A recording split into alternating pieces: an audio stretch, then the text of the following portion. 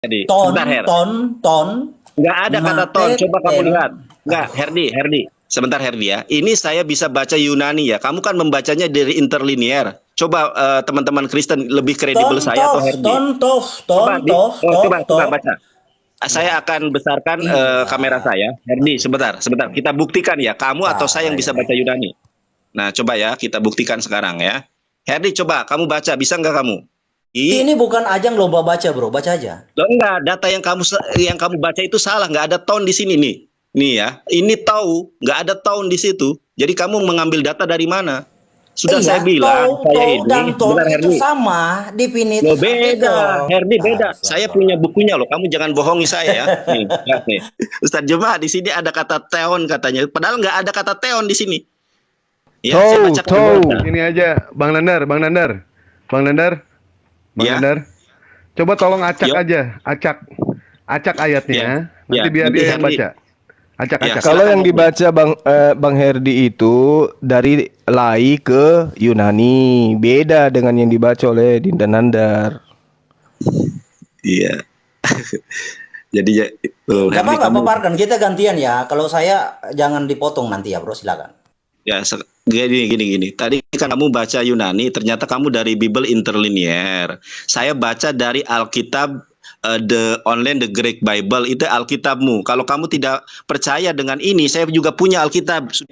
Alkitab bahasa Yunani ada, Alkitab bahasa Arab ada, ya, Alkitab bahasa Ibrani ada, Alkitab bahasa Yunani juga ada. Mau di sini atau mau di sana sama. Nih, ini Alkitab bahasa Yunani ya.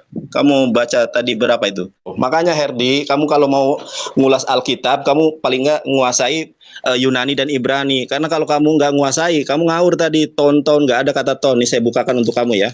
Ya, Yesus itu kamu kan, itu interlinear, aduh, Herdi.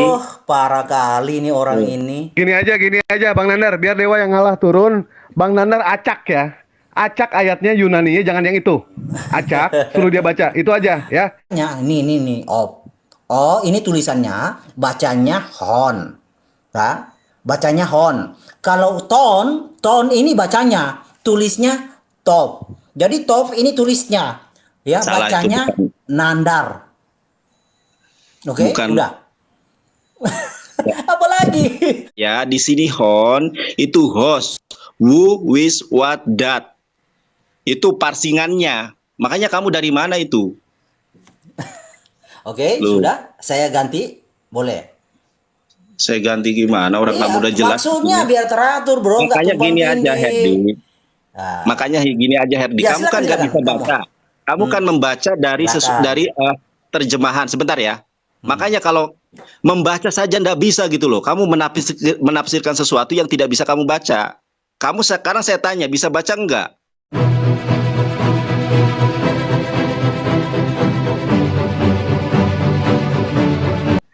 Yesus ditusuk lambungnya, ini ya.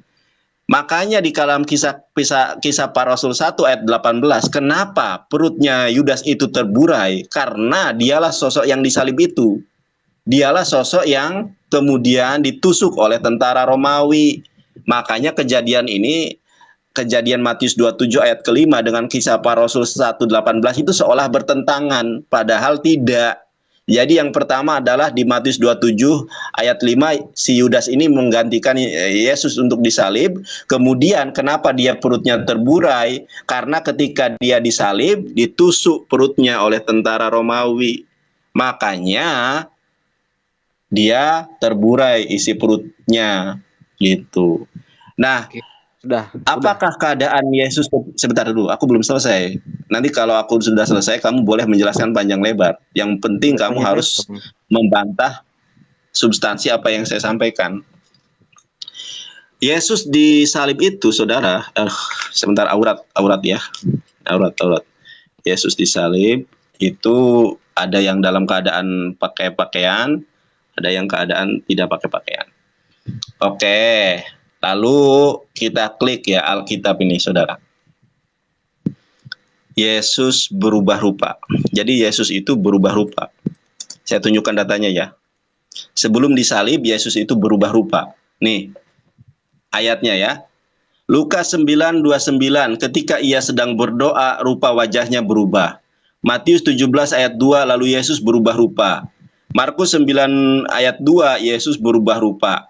Al-Quran menyatakan di dalam Quran surat An-Nisa, Quran surat 4 ayat 157. Benar nggak Al-Quran menyatakan ini ya? Nih siapa ini? Perhatikan ini ya, evangelis mau baca Quran, saudara. A'udzubillahi minasyaitonirrajim wa qaulihim inna qatalnal masyiha Aisyah bin Maryam Rasulullah wa ma qataluhu wa ma salabuhu walakin subbihalahum wa innal ladzina ikhtalafu fihi la fi syakkim min ma lahum bihi min ilmin illa tiba'adun wa ma qataluhu yakina.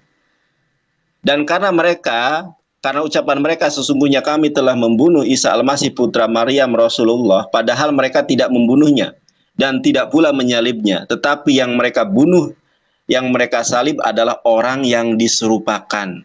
Al-Quran memberikan sebuah fakta bahwa Yesus itu tidak disalib, melainkan diserupakan.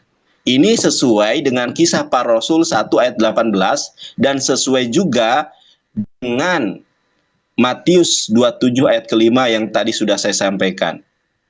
Lalu pertanyaan berikutnya adalah, ya, bantu tap-tap layar ya. Lalu pertanyaan berikutnya adalah, ada enggak data dari kekristenan sendiri di abad pertama yang menyatakan Yesus tidak disalib? Ada.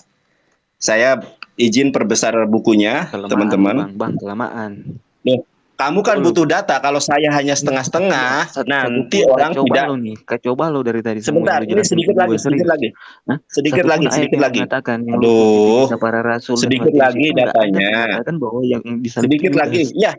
Sedikit tuh. Loh, kamu Yosipus mana itu ayatnya? Yosipus Blatus. Sebentar. Makanya saya tunjukkan datanya. Sedikit lagi.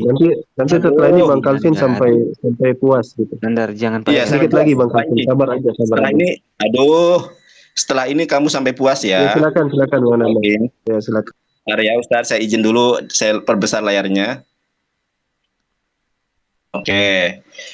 Data Alkitab Yesus diserupakan, data Alkitab Yudas disalib, Yudas ditusuk perutnya dan isi perutnya terbuai. Lu tuh nggak bedakan yang mana digantung, yang mana digantung. Dia bunuh diri loh. Bentar, nanti kamu bantah. Dirinya ke nanti kamu bantah.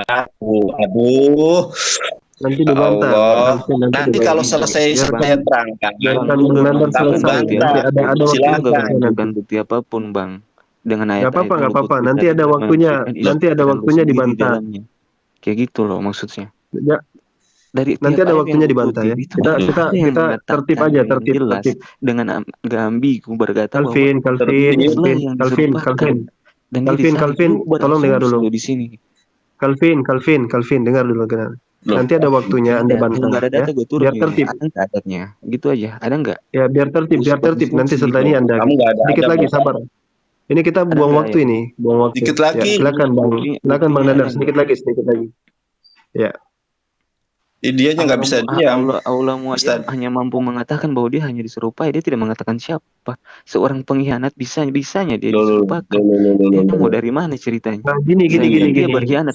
Kalau Anda ngomong juga nggak akan kedengaran karena dua suara di sini. Poinnya juga tidak sampai. Jadi biar dulu Bang Nandar selesai, setelah itu Kalvin ya. Boleh ya, jadi tertib, kita coba tertib ya. Silakan dilanjut Bang Nandar, sabar dikit lagi, nanti setelah itu sebentar, setelah itu baru Kalvin, nanti silakan Anda juga panjang lebar silakan, kita tidak akan potong itu, silakan Bang Nandar, silakan dilanjut, berapa menit lagi ya. Oke, Kalvin ya. Ini ada orang Kristen ya, namanya Desi Ramadhani SJ, ini sarjana Jesuit. Kita lihat biografinya terlebih dahulu Kalvin ya, biar tidak ada asumsi bahwa ini adalah data dari orang Islam, ini data dari orang Kristen. Ya, Ustadz boleh nggak? Ini data dari penerbit Canisius, anggota IKP ya dari Katolik. Kita lihat nih data yang saya sebutkan ini siapa penulisnya. Desi Ramadhani SJ, dosen tafsir kitab suci di Sekolah Tinggi Filsafat Tria Jakarta, pernah mengenyam pendidikan teologi di Universitas Gregoriana Roma dan spesialis di bidang kitab suci di Pontificia Roma Bellicum, meraih gelar doktor teologi di bidang kitab suci dari Jesuit School of Theology, Berkeley, California, Amerika Serikat. Kita tunjukkan nih datanya. Di abad pertama loh, Calvin, bukan data dari orang Islam ya. Benar nggak Yesus disalib? Ternyata Yesus itu diserupakan. Benar, mendukung Kisah Para Rasul 1 ayat 18. Nah ini ya. Loh, kenapa ketawa kamu? Nih.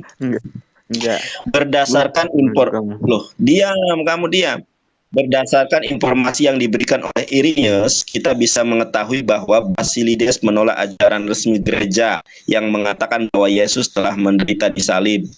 Menurut Basilides, Yesus menyerahkan salibnya kepada Simon dari Kirene, dan dengan suatu cara Yesus berhasil mengelabui mata semua orang ketika Yesus meminjamkan bentuk raganya kepada Simon. Pada saat tiba, Yesus memandang kejadian itu sambil tertawa. Weka, gak, tek. Nah itu Yesus ketawa ya. Dan setelah itu ia naik kepada Bapaknya. Kisah tentang Yesus ini terdapat di dalam apa? Di dalam dokumen Nag Hammadi, The Second Treatise of the Great Set, dan Wahyu Petrus dalam bahasa Koptik halaman 82 dan 83. Temuan terakhir, Injil Yudas juga mengisahkan hal yang serupa. Nah, yang menjadi persoalan adalah begini, Calvin. Basilides ini hidup pada Kekaisaran Hadrian 117 sampai 138, lebih tua dari Alkitabmu Codex Vaticanus yang diciptakan, yang dikarang, yang dibentuk pada tahun 329.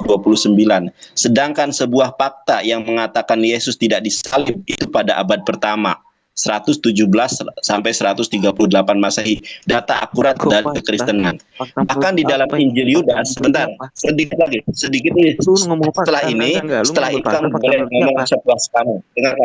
Dengarkan. Nah, ternyata bukan hanya di dalam Injil Petrus, di dalam Injil Yakobus ya. Di dalam Injil Yudas, menuliskan datanya lengkap ya, bukan hanya odong-odong. Kita lihat nih. Di dalam The Gospel of Judas, kamu pendetamu aja belum tentu punya ya, evangelis punya nih. Di dalam The Gospel of Judas juga Yesus itu tidak disalib, melainkan disalibkan. Silakan sekarang kamu deh. Kamu ribut aja dari tadi. Gak gini, di awal kan lu ngomong ya, lu akan menunjukkan bukti betul akurat dan tidak ambigu kan. Sekarang di mana? Itu sama aja loh. Kayak di Quran juga mengatakan diserupai, itu juga diserupai di mananya diserupai. Sekarang buktinya nggak ada bahwa yang disalib itu Yudas. Pada saat itu yang disalibkan itu bukan Yesus tapi digantikan oleh Yudas. Tapi nggak ada ayat itu yang mengatakan seperti itu. Udah belum? Nanti kalau aku potong nanti belum. Udah belum? Udah belum? Jadi gitu, di mana? Udah belum? Buktinya mana? Jadi lu sama aja juga kayak Allahmu yang menyerupakan tapi tak bisa memberikan bukti dan fakta yang benar. Kayak gitu loh, faktanya nggak ada bukti. Sudah belum? Makanya berasumsi. Sudah belum? Lu lagi ya, sudah belum? Allahmu aja nggak bisa jawab tentang salib. Kok lu bilang dari tadi menunjukin data, emang ada ya lu baca nggak ayatnya tadi? Yang disalibkan adalah Yudas Iskariot. Ada nggak tertulis di situ? Lu kan pakai asumsi lu di situ tentang perut lah. Sudah selesai apa belum? Saya tanya. Yang namanya disalibkan. Sekarang nih, lu bisa nggak bedakan yang mana gantung diri dan yang mana disalibkan? Lu bisa nggak bedakan? Sudah selesai belum? Logikanya Sudah. gimana seorang pengkhianat aja disalibkan menggantikan Yesus?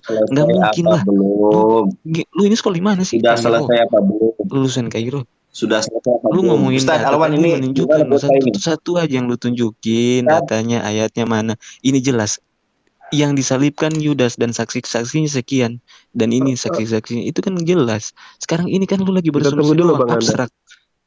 Itu kan nggak ada buktinya loh, nggak membuktikan dari tadi panjang lebar, nggak jelas lah dari kebuka lah inilah.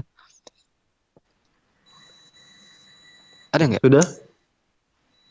Ya sudah, kayak dikasih kode kalau sudah, biar langsung Bang Nandar tanggapi.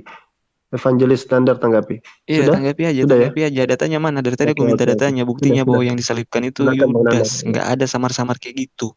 sama juga dong kayak yang di surah Maryam itu yang mengatakan cuman diserupakan. Sama apa bedanya? Nenekmu kiper. Asumsi doang, asumsi doang. Nenekmu sudah ya. kiper. Ya, sudah Silakan. belum? Inilah ya Udah, tunjukin teman-teman. saja mana ayat yang gak ambigu, mana? Ayat nggak ambigu mana? Buktinya mana? Aduh, si Calvin ini ya susah. Ya udah diem, makanya kamunya diem. Sudah belum? Udah, Kalau udah. kamu belum, Langsung aja bang, kalau langsung aja ini ayatnya. Dia mengatakan yang disalibkan adalah Yudas. Gak usah berasumsi, kayak tadi nggak bagus. udah, Udah. Saya tidak pernah di awal menyatakan bahwa Al-Quran memastikan bahwa yang disalib itu Yudas. Tetapi Ya udah, Al-Quran, saya itu kan ngomong, Anda nyerocos, saya diam. Udah selesai belum nyerocosnya? Hah? enggak, yang dari tadi ngerocos itu kamu bang, Tuh. ya kan? Kamu Relawan, ini nunjukin gimana, bukti itu sesuatu yang nyata dan diuji kebenarannya. Kan Gitu. bilang Sekarang gini, lu sudah. tahu nggak Sekarang bukti itu apa? giliran Bang Lu mau Nanda. tunjukin data, kalau Enggak gini. Tadi lu berbicara kan tentang sudah data dan ditanya bukti, berarti sudah. sesuatunya telah diuji dan itu. Kalau oke, begini Bang Enggak, Nanda. Kayaknya belum. Oke, silakan. dia nggak bisa diskusi, Ustadz. Ini dengerin ya. Al-Quran itu hanya mengatakan fakta yang terjadi 2000 tahun yang lalu. Bukan 2000 tahun yang lalu sih, kurang dari itu. Bahwa Yesus tidak disalib. Ini Calvin dengerin ya, karena kalau kamu nggak diturunin dulu, nggak bisa diajak diskusi kooperatif. Al-Quran itu hanya mengatakan wama qataluhu wama solabuhu walakin subbihalahum. Mereka tidak membunuh Yesus, tidak menyalib Yesus. Yang dibunuh dan yang disalib itu adalah orang yang diserupakan. Al-Quran tidak memiliki urgensi. Siapa yang diserupakan itu, apakah Yudas, apakah Shimon, apakah Petrus, dan lain sebagainya. Tidak ada urgensinya. Al-Quran hanya memberikan fakta bahwa Yesus diselamatkan dari peristiwa penyaliban. Itu poin yang pertama. Lalu poin yang kedua, ternyata di dalam ayat Alkitab memberikan sebuah kebenaran tentang apa yang dinyatakan Al-Quran. Bahwa Yesus tidak disalib. Di mana itu Kisah Para Rasul 1 ayat 18. Di mana kematian Yudas itu ternyata perutnya terburai. Kenapa perut Yudas terburai? Baca Matius 27 ayat ke-5. Di mana Yudas itu matinya, akhir kematiannya di tiang gantungan. Pada saat itu, tiang gantungan hanya salib. Digantung di tiang salib. Bukan digantung di pohon mangga, pohon kelapa. Tidak ada kearifan lokal pada zaman itu digantung di hukuman gantung itu belum ada. Kecuali gantung tiang salib. Nah, kenapa kematian Yudas di dalam Kisah Para Rasul 1 ayat ke-18 dan Matius 27 ayat ke-5 berbeda? Bukan berbeda sebetulnya. Saya tunjukkan lagi datanya. Nah, mana ini? Oke ya, ini alurnya seperti ini. Alurnya Kisah Para Rasul 1:18 isi perutnya terburai. Sedangkan di dalam Matius 27 ayat ke-5 kematian Yudas digantung. Ingat, pada saat itu belum ada hukuman gantung ini ya, tetapi gantung tiang salib. Lah kenapa kematian Yudas kok berbeda antara Matius 27 ayat ke-5 dengan Kisah Para Rasul 1 ayat 18? Atau kita tunjukkan aja ayatnya ya, biar tidak ada fitnah di antara kita. Jangan di-report ya Oten ya. Nanti saya di-report lagi sih gara-gara si Oten ini. Matius 27 ayat ke-5. Nah, teman-teman ya, coba perhatikan di sini. Maka ia pun melemparkan uang perak itu ke dalam bait suci, lalu ia pergi di situ dan menggantung diri. Dalam bahasa Ibrani sebetulnya bukan menggantung diri, tetapi digantungkan. Jadi ada pihak eksternal yang menggantungkan si Yudas. Matius 27 kematian Yudas digantung. Sedangkan di dalam Kisah Para Rasul, kematian Yudas itu jatuh tertelungkup. Jadi yang benar yang mana? Dalam Kisah Para Rasul 1 ayat 18, kematian Yudas itu terjatuh, ya, tersandung batu. Sedangkan di dalam Matius beda lagi. Kenapa? Ini permasalahannya. Ketika sosok yang disalib itu ditusuk perutnya, ini ya perutnya ya, jangan lihat yang lain, jangan salah fokus. Ketika posisi yang disalib itu ditusuk perutnya, maka keluarlah isi jeroannya itu. Paham nggak? Kenapa perut Yudas terburai? Karena tentara Romawi menusuk perut Yudas. Nih, perut Yudas ditusuk. Nih, tinggal cari aja Yesus ditusuk lambungnya, maka akan terlihat sosok Yudas yang disalib itu ditusuk ya, ditusuk. Saya tutupi ya, ditusuk perutnya. Ini enggak ada ini. Ditusuk perutnya. Makanya kenapa perut Yudas terburai?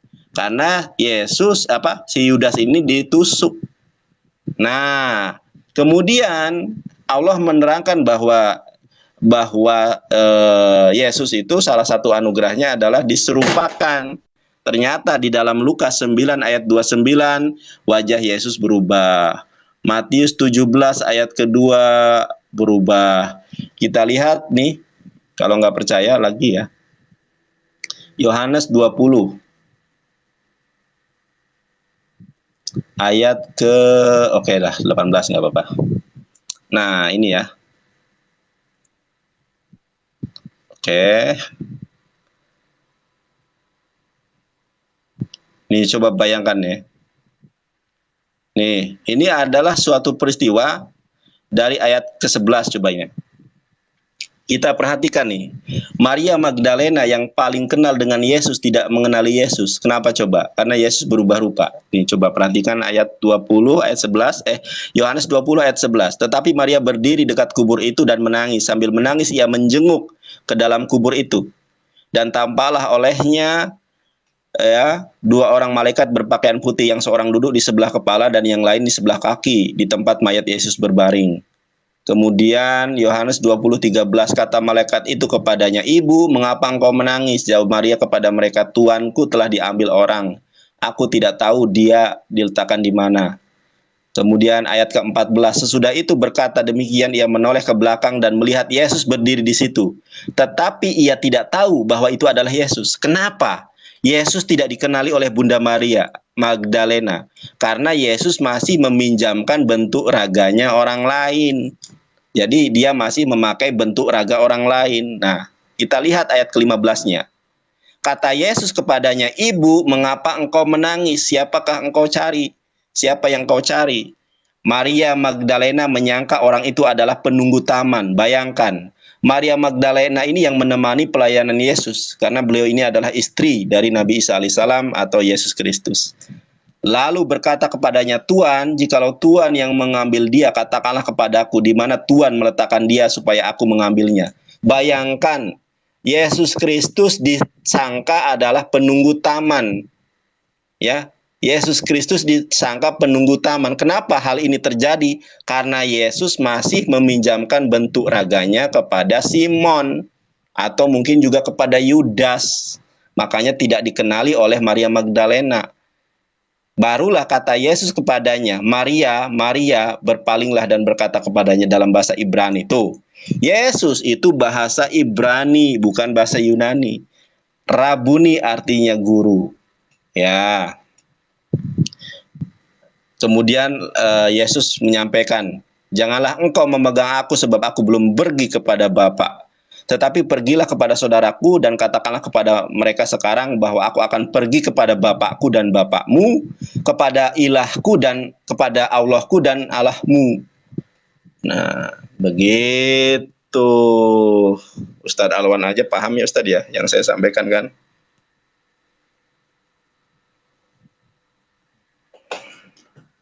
Gitu Ustaz. Terus bukunya juga ada tuh di abad pertama. Kalau Yesus berubah rupa.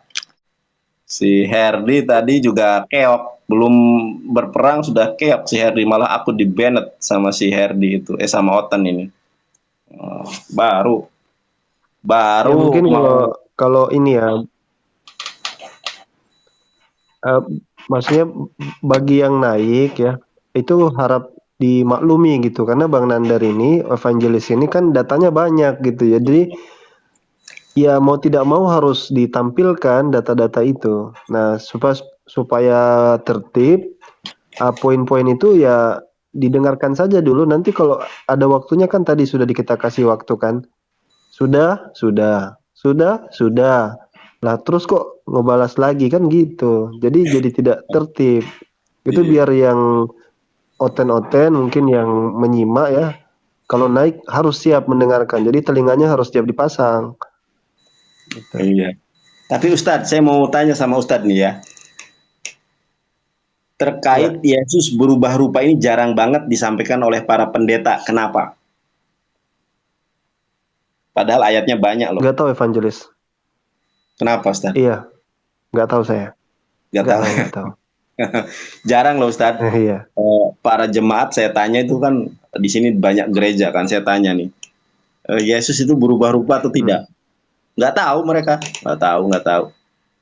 Karena saya pikir kalau mereka para pendeta menyampaikan Yesus berubah rupa akan mendukung pernyataan Al-Quran. Yohanes 20 ayat 17, Maria ayat ke-16 itu sangat jelas loh. Dari ayat 11 sampai ayat ke-17, di ayat ke-16-nya Bunda Maria Magdalena itu tidak mengenali Yesus. Bahkan di ayat-ayat yang lain banyak orang yang tidak mengenali Yesus. Kenapa kok bisa tidak mengenali? Andaikan Ustadz Alwan ketemu saya belum pernah bertemu dengan Ustadz Alwan. Saya lihat hanya Iya. di YouTube. Tapi ketika saya melihat Ustadz Alwan, pasti saya tahu, wah Ustadz Alwan ini kan. Padahal cuma kenal di YouTube, belum pernah bertemu. Ini Maria Magdalena bertemu setiap hari dengan Yesus, bahkan menjadi rasulnya para rasul. Ada menurut gereja Katolik itu bahwa Maria Magdalena ini rasulnya para rasul. Itu tidak mengenali Yesus. Yohanes 20 ayat ke-16. Bahkan Yesus dikira tukang taman. Karena rupanya masih rupa yang lain, diserupakan gitu. Uhti Andi yang disalib kelihatan lato-latonya. Tapi nggak di-banned ya. Heran saya nampilin kayak gitu nggak di-banned. Giliran mau debat itu si Oten terguncang, aku di-report. Aduh. Tadi yang lucu 21 yang sudah. tutup aurat itu Bang Nandar. Tapi nggak di-banned Ustaz. Bener, tapi kok nggak di-banned ya? Iya. Padahal menampilkan itu ya. Aduh. Jadi terjawab Ustaz. Ustaz tahu nggak ayat yang orang lari telanjang itu Ustaz? Iya. Ya itu.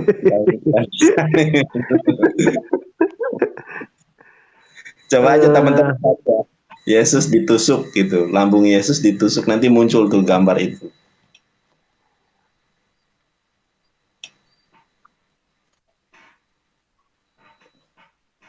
Bang, si Mungkin ada Mekana lagi yang lagi. mau naik, mungkin diundang lagi Bang Nandar. Mungkin ada yang Nggak ada. lain yang mau naik. Udah kabur si Calvin, udah nggak ada. Tadi sebetulnya saya sama si Herdi itu gara-gara di report Oten ini. Belum apa-apa sudah di report. Kok takut banget sama saya, heran. Saya padahal belum ngapa-ngapain. Nah ini aja sama si Calvin udah nampilin gambar JM Baut tapi nggak di banned. Padahal sudah menyampaikan gambar data gitu. Sama si Her di oten-oten kelojotan. Takut. Akun saya di banned sampai tanggal 19 itu. Gara-gara bahas baru mau debat. Coba masuk labnya Mikana Bang. Kalau akun ini Sudah 9.000. 9.000 Ustaz. Akun ini sudah 9.000. Kalau yang pertama itu sudah 40.000. Gini ya teman-teman, aku sudah sering banget ya ngomong sama orang-orang Muslim maupun teman Kristen. Kalau aku masuk ke ruang Kristen itu nggak dinaikin, apalagi si Mikana, ya nggak berani bilang itu nggak berani. Makanya yang pinter deh, Bambang Nursena kek, Deking Gadas kek, naik ke sini. Masa kalian gak punya pendeta yang hebat? Saya aja punya ustadz yang hebat, Ustadz Alwan. Masa kalian gak punya yang hebat sih? Nah ini si Herdi masuk ya. Eh, nah tolong nih Herdi, gara-gara kamu nih, saya di banned nih nonton ini. Kenapa Yu tadi kabur, bro? Bukan kabur, di banned. Itu coba lihat videonya.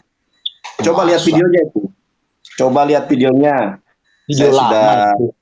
Kamu video lama itu ada tanggalnya. aja. Nggak usah ngeles lah, nggak usah ngeles. Kalau Anda mau saya tunjukkan data Yesus tidak disalib, saya tunjukkan sekarang. Ada Ustadz Alwan nih. Orang saja itu. Sekarang datanya ada kok. Datanya ada kok. Di report beliau di report. Coba lihat video terbaru saya, itu kan ada tanggalnya tuh, tanggal 12 bulan 1 2023 pukul 8.04 waktu Indonesia Barat. Di Bennett tuh. Ya. Gimana tuh? Mungkin kamu berani nggak saya tunjukkan datanya? Herdi bisa sampaikan ke ini dulu, ke teman-temannya dulu, Herdi. Ya, dalam perdebatan ini nggak usah saling lapor-lapor gitu, jangan saling lapor-lapor, jangan baperan gitu. Siapa yang baperan? Orang yang debat di room saya kagak ada yang diri. Mungkin followersmu, followermu, jangan nge-report aku. Kagak ada, bro. Coba ini ya, dulu Herdi disampaikan ke yang nonton. Herdi, followersmu kan nggak bisa kau kontrol semua kan, jadi coba diberitahu mereka gitu, tolong. Kagak ada, mereka tahu saya ada yang report gitu.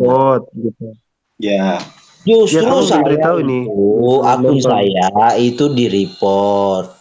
Ya, sama kayak aku di report gara-gara kamu tadi banyak oten yang nge-report aku, kan ada tuh. Alasan Anda di report karena ujaran kebencian. Ya udah, kalau takut di report saya pamit aja udah. Oke. Takut ya. Takut. Bahasanya kok kayak gitu, orang pasrah. Loh, kok pasrah? Berarti juga tahu baper juga gitu aja. Bukan, bro, saya nggak mau karena kehadiran saya Anda itu menjadi terganggu. Iya, bukan kamu, segitu. followers kamu. Mereka tahu silakan kalau saya diskusi aja silakan. Oke, saya mulai ya. Oke, gimana Ustadz aturannya kayak tadi atau gimana? Ini ya, sudah bentar sama-sama dulu, saya hubungi kawan saya biar di live kan. Oke. Oh, boleh. Ya, hubungi biar dulu ada ya. dokumentasinya. Ya boleh, silakan. Bentar ya. Udah siap belum? Udah siap belum? Tunggu bentar. Lagi ngomongin dirinya sendiri. Enggak, di bawah sini Herdi, di bawah sini ada kalimat Bang Nandar itu raja hutan, nah gitu. Bukan, aku disuruh raja hutan. Iya, nggak boleh itu. Jangan begitu. Oke, gimana Herdi, sudah siap belum? Bentar dulu, saya lagi telepon. Kamu nafsu makannya besar sekali, bro. Santai aja lah. Apa yang nafsu makan? Gak ada kaitannya dengan nafsu makan. Sudah belum? Kalau sudah saya mulai. Ini katanya kita main kroyo. Perasaan nggak ada. Saya nggak ikut main tadi. Iya. Ini ada tuduhan ini gimana sih? Nggak ada. Dari tadi saya diam. Masa kroyo?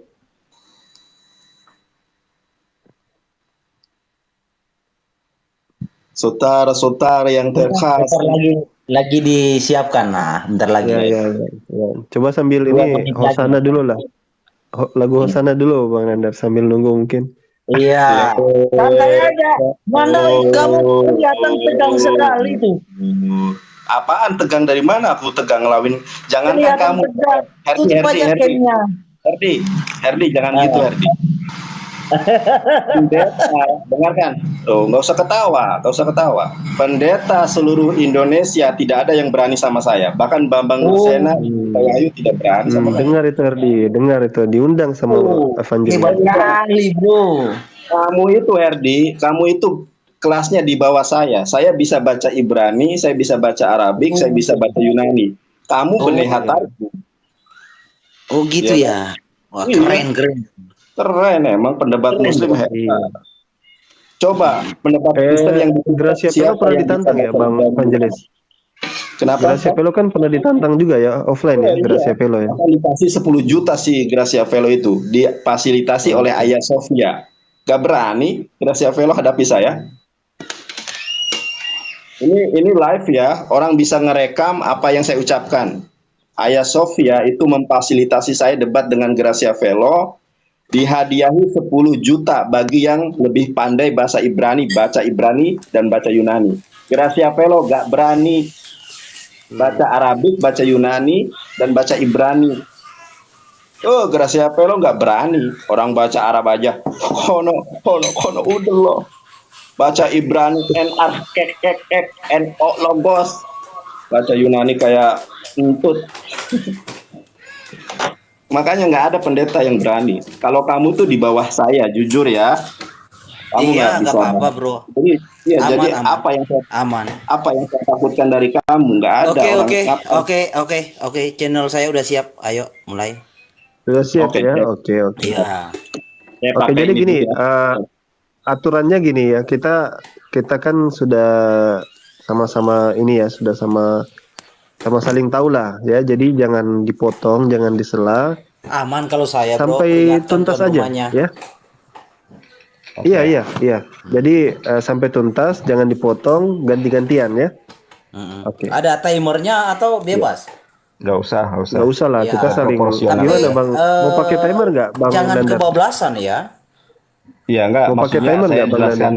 Nggak usah, Ustadz. Jadi saya jelaskan sampai Ya. selesai, tapi kita tidak kemudian saya bahas ini nih. Anda jangan lari kemana-mana. Kita bahas aja pecahkan yang satu ini. Fokus gitu ya, Iya, fokus ke fokus ya. topik ya. Oke. Gitu. Oke, Ya, oke. Yang dibahas ini, Bang Nandar, Evangelis. Yesus tidak disalib.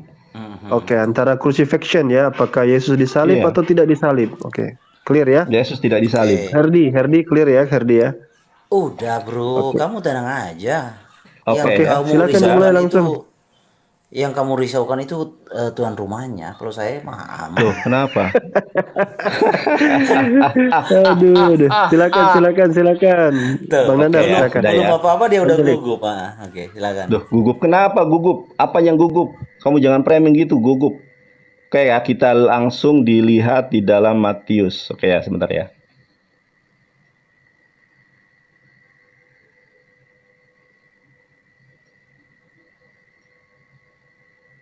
Oke teman-teman ya, kita lihat ya.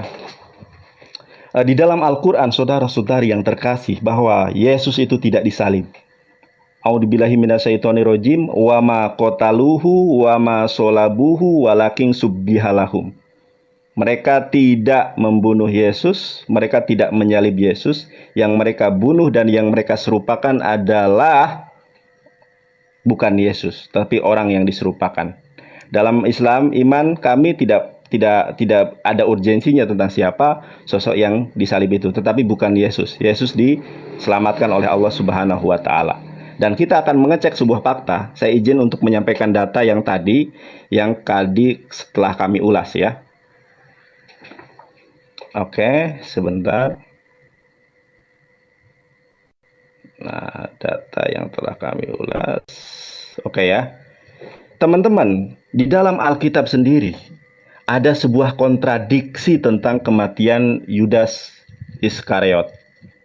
Di mana di dalam Matius 27 ayat ke-5, Matius 27 ayat ke-5, kematian Yudas itu adalah digantung, saudara. Matius 27 ayat ke-5. Sedangkan di dalam kisah para rasul, kematian Yudas itu bukan digantung, saudara. Tetapi dia jatuh tertelungkup dan perutnya terbelah sehingga semua isi perutnya tertumpah keluar. Antara kisah para rasul 1 ayat 18 dengan Matius 27 ayat ke-5 itu kontradiksi secara tekstual maupun kontekstual ayat. Tapi betulkah sebuah kontradiksi? Kalau kita membuka nalar kita, saudara-saudari yang terkasih, itu bukan kontradiksi. Akan tetapi akan membuktikan kepada kita bahwa Yesus tidak disalib, melainkan di dalam perspektif Biblos sendiri ternyata si Yudas.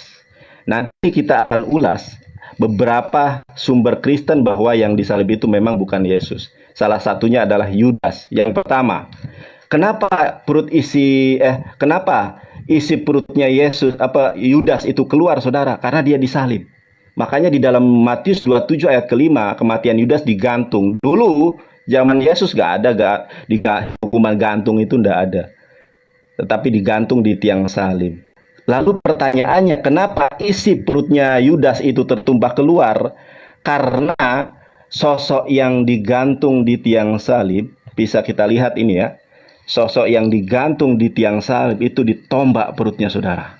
Ya, ditombak perutnya oleh tentara Romawi. Oleh karenanya kenapa Kisah Para Rasul 1 ayat 18 perut Yudas terburai. Oke. Lalu saya ingin menyampaikan sebuah fakta, saudara. Menyampaikan sebuah fakta. Fakta apa? Kita lihat data dari Kristen yang sangat otoritatif ya. Ini bukunya Menguak Injil-Injil Rahasia yang dikarang oleh Desi Ramadhani SJ ya, sarjana Jesuit. Ini tidak setiap orang mendapatkan gelar ini. Kita lihat teman-teman biografinya dulu ya, biar tidak ada fitnah di antara kita. Ini sumber dari kekristenan. Nah, Desi Ramadhani ini adalah dosen tafsir kitab suci di Sekolah Tinggi Filsafat Dria Jakarta.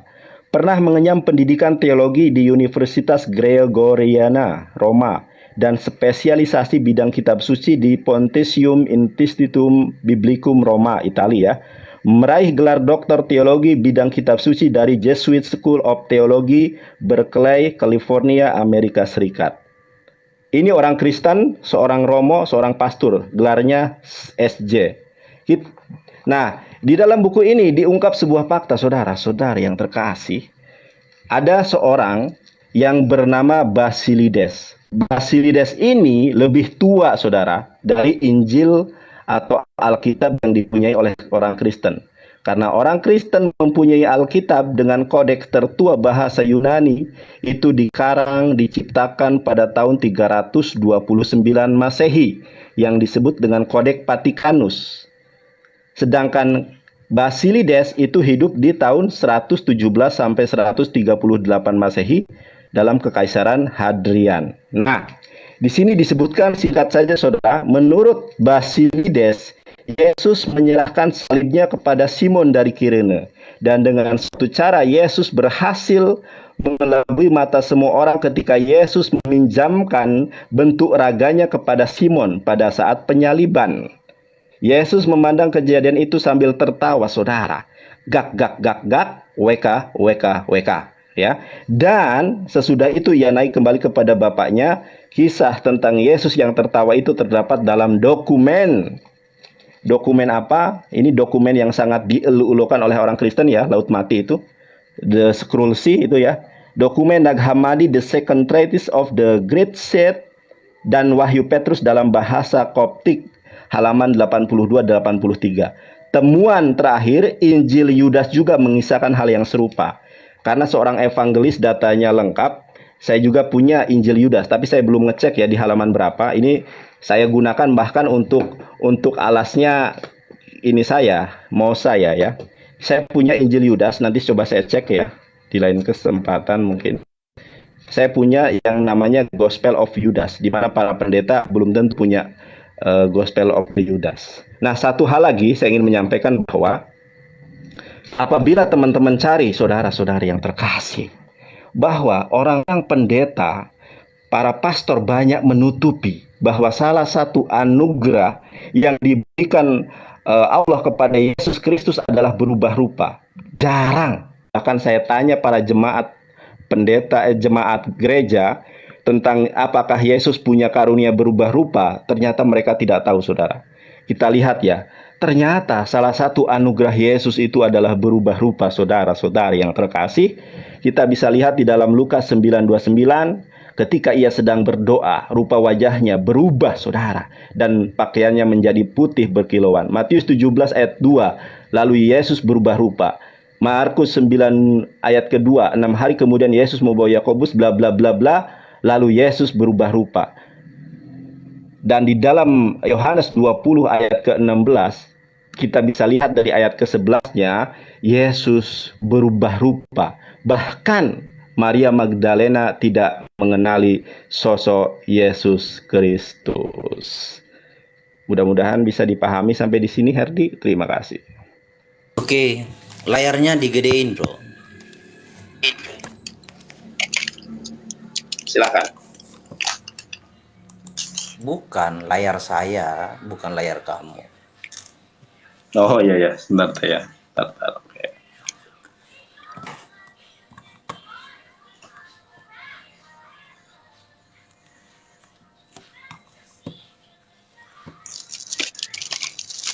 Oke, udah. Silakan.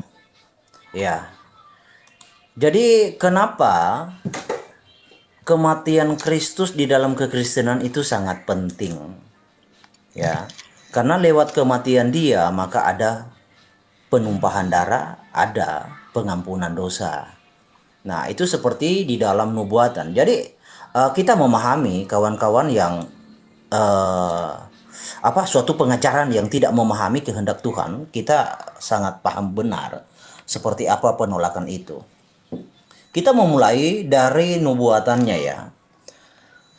Ketika Adam dan Hawa jatuh ke dalam dosa, Tuhan berkata kepada Hawa dan Adam, "Aku akan mengadakan permusuhan antara engkau dan perempuan ini, antara keturunanmu dan keturunannya akan meremukan kepalamu, dan engkau akan meremukan tumitnya." Ya, jadi keturunan perempuan itu akan meremukan kepala si iblis, si ular, dan keturunan si ular akan meremukan tumitnya. Nah, secara logika saja dari ayat ini, jika Isa yang dianggap Yesus itu tidak disalib, apanya yang diremukan? Artinya udah gugur dari hal ini.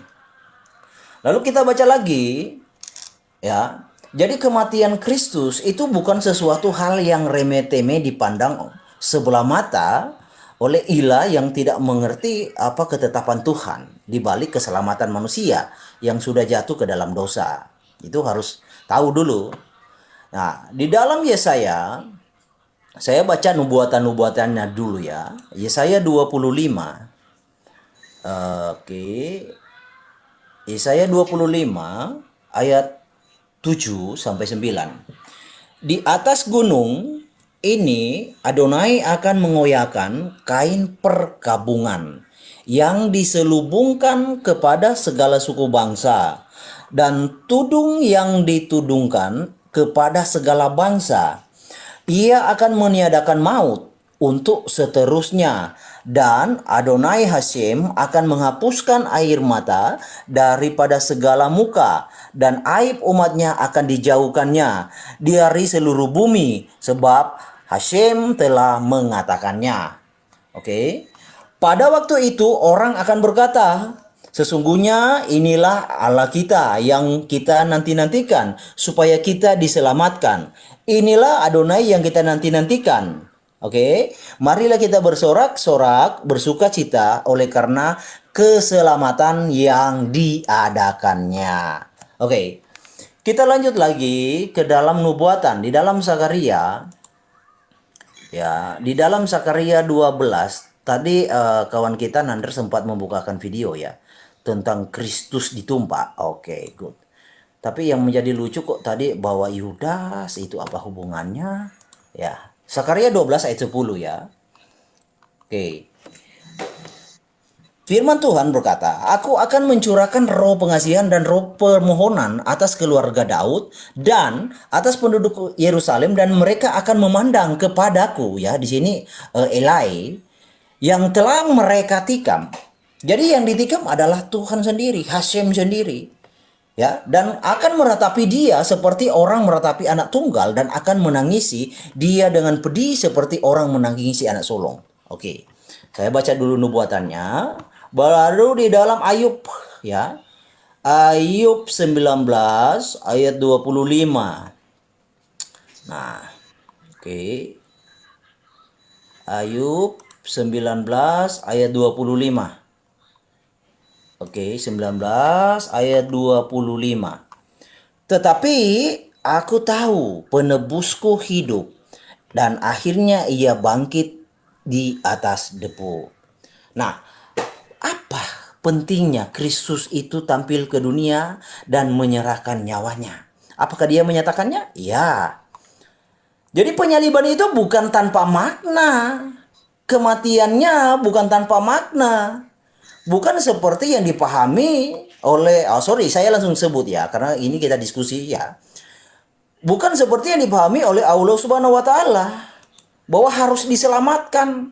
Nah, itu pemahaman yang tidak mengerti bahwa kehendak Tuhan atas alam semesta adalah tentang baitnya yang akan menjadi penebus juru selamat. Nah, dalam ini Kristus berkata di dalam Yohanes 10. Kenapa, bro? Hah? Putus-putus. Putus-putus. Wah, masa putus-putus? Ya udah, Oke. Iya, Di suara dalam Yohanes 10. kamu goncang. Hah? Ayat 11. Kristus berkata, Ustaz Alwan, suara saya Herdi yang putus. halo penonton, suara Maligil bagus atau kagak? Halo. Tolong. Oh, sudah bagus. Pokoknya sudah bagus. Kayaknya tadi nge-lag sama-sama. Coba.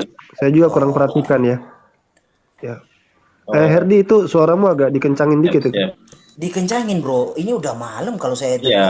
Kamu jangan lemah, Herdi. Suaranya Nah, kencang. device-nya kayaknya jauh dari mic.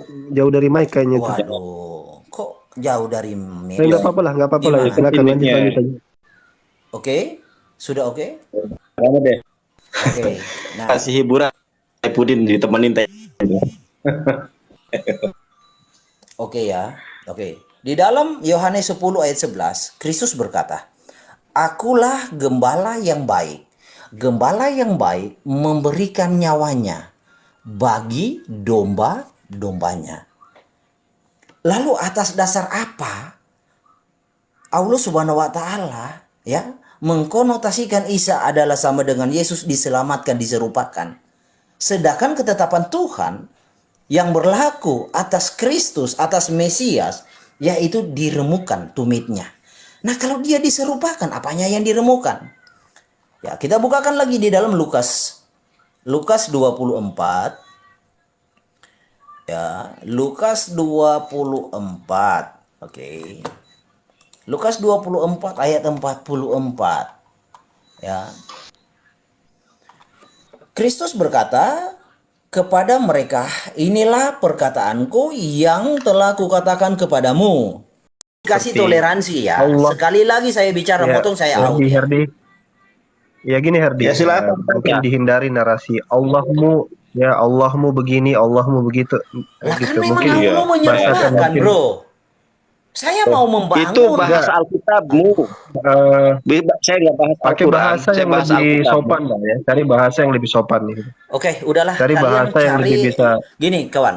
Kalian cari lawan yang boleh kalian atur seenak kalian. Karena saya nggak Tidak, mau. tidak. Ini juga demi Iya. demi Bukan, kebaikan kamu Herdi. kawan. Kan banyak orang itu karena Kawan. salah membangun ini membuat Bukan, narasi kita terlibat. didik orang-orang pendengar seperti Masuk apa, jadi pengajaran Anda seperti apa, pengajaran kita jatuhnya seperti apa. hujatan gitu mungkin. Kita didik bersama, bukan Oke, sudah penghujatan. kita langsung lanjut saja ya, jangan Ya, oke, terlalu. jangan dipotong ya. Sekali lagi motong saya out. Saya nggak suka diskusi kayak preman ya. Gini kawan. Jadi ini berbicara tentang konsekuensi logis, ya. Jika apa yang terjadi seperti yang diajarkan Allah Subhanahu wa Ta'ala diserupakan Isanya, maka konsekuensi dari penyerupaan itu Allah ngeprank orang-orang di situ. Allah mendustai orang-orang di situ. Allah membohongi orang-orang di situ. Nah, kita pakai akal logika. Apa tidak ada kuasanya untuk menyelamatkan si Isa? Mengapa harus berdusta? Mengapa harus membohongi? Bukankah Allah punya kuasa? Kenapa harus dengan jalan membohongi, mendustai? Ya, jadi itu konsekuensinya. Tetapi yang terjadi bukan seperti itu, bro. Justru yang didustai adalah iman saudara-saudara, ya. Di sini seorang Yudas tidak mungkin bisa, ya. Di sini ketika orang di samping itu berkata, "Kristus, ingatlah akan aku apabila engkau datang sebagai raja." Oke.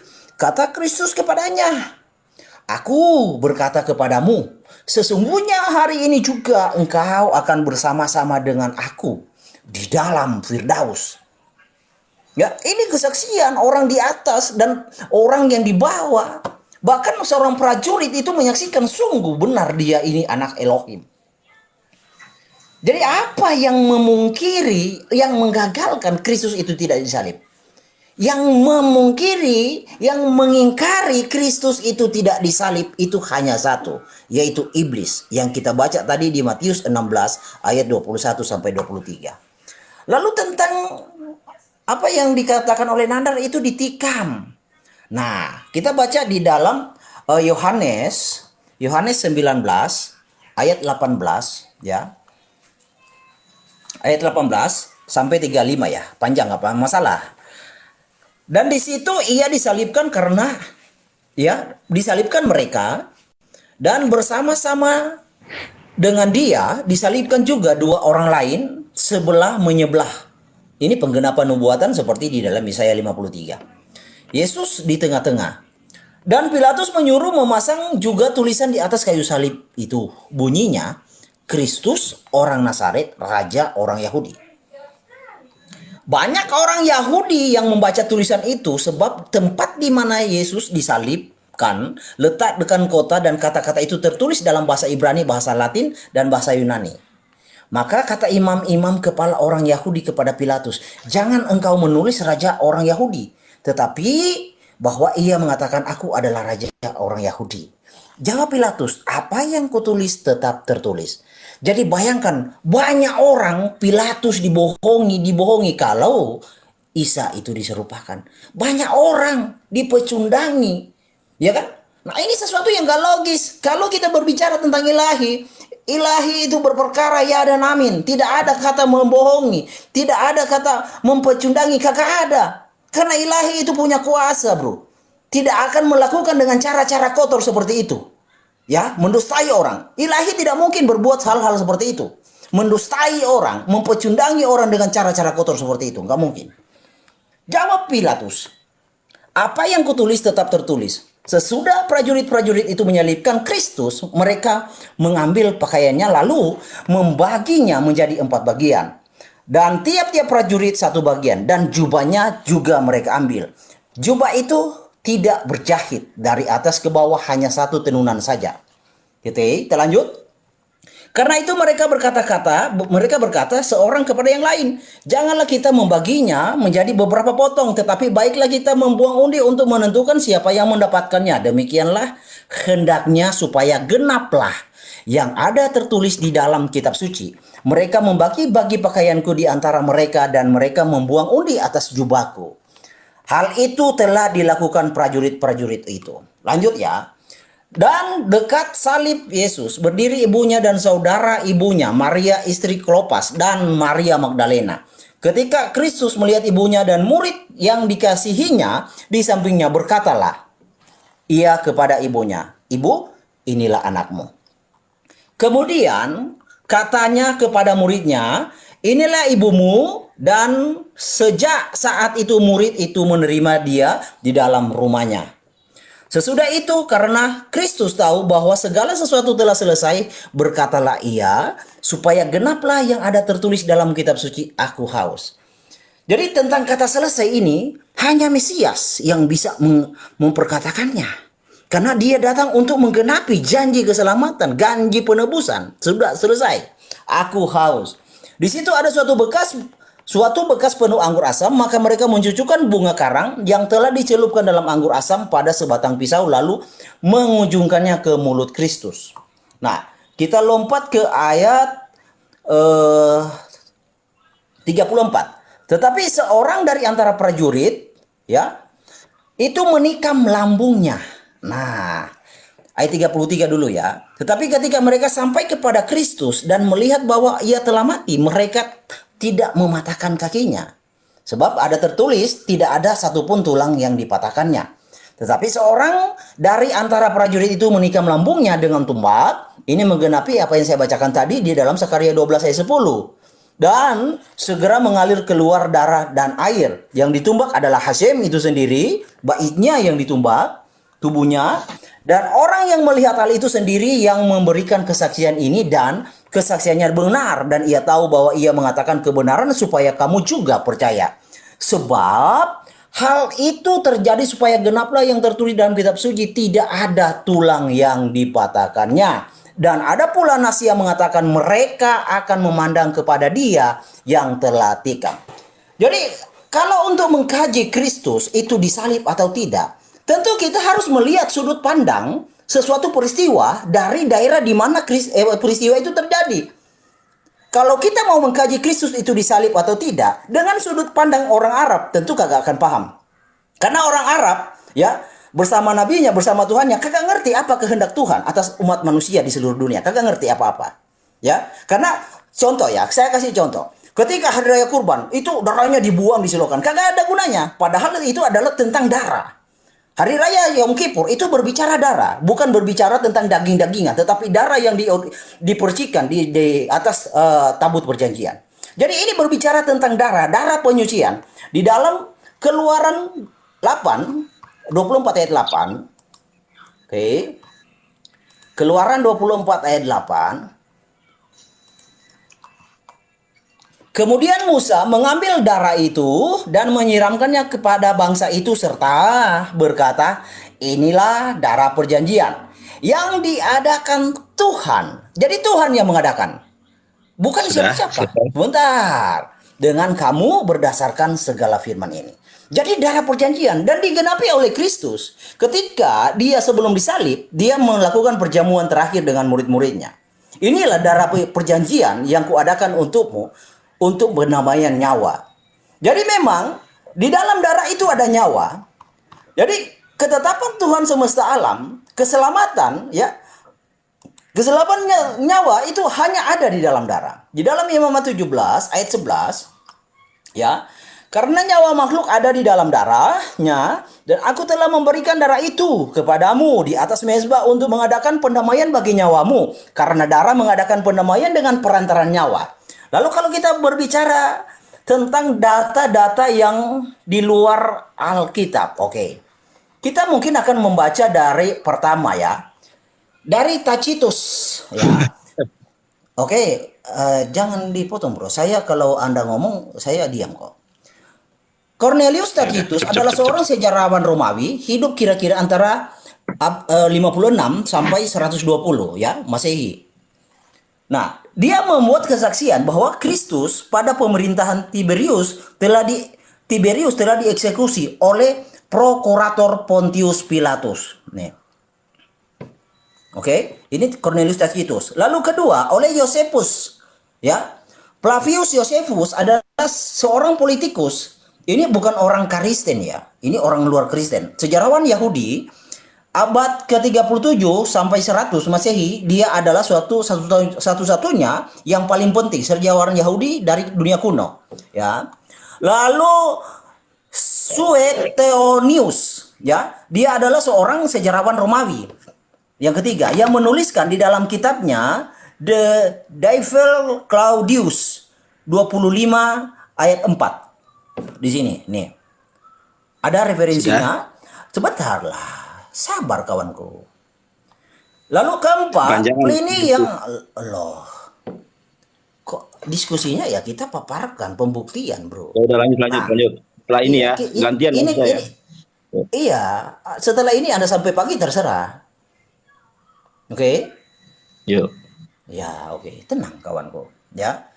Pliny yang lebih mulia, Plinius muda adalah gubernur Bitinia tahun ya 111 sampai 113. Dia menuliskan juga Kristus dieksekusi, ya. Lalu Lucian dari Samosata, seorang satiris Yunani pada paruh kedua abad kedua Masehi, ya, dia juga menulis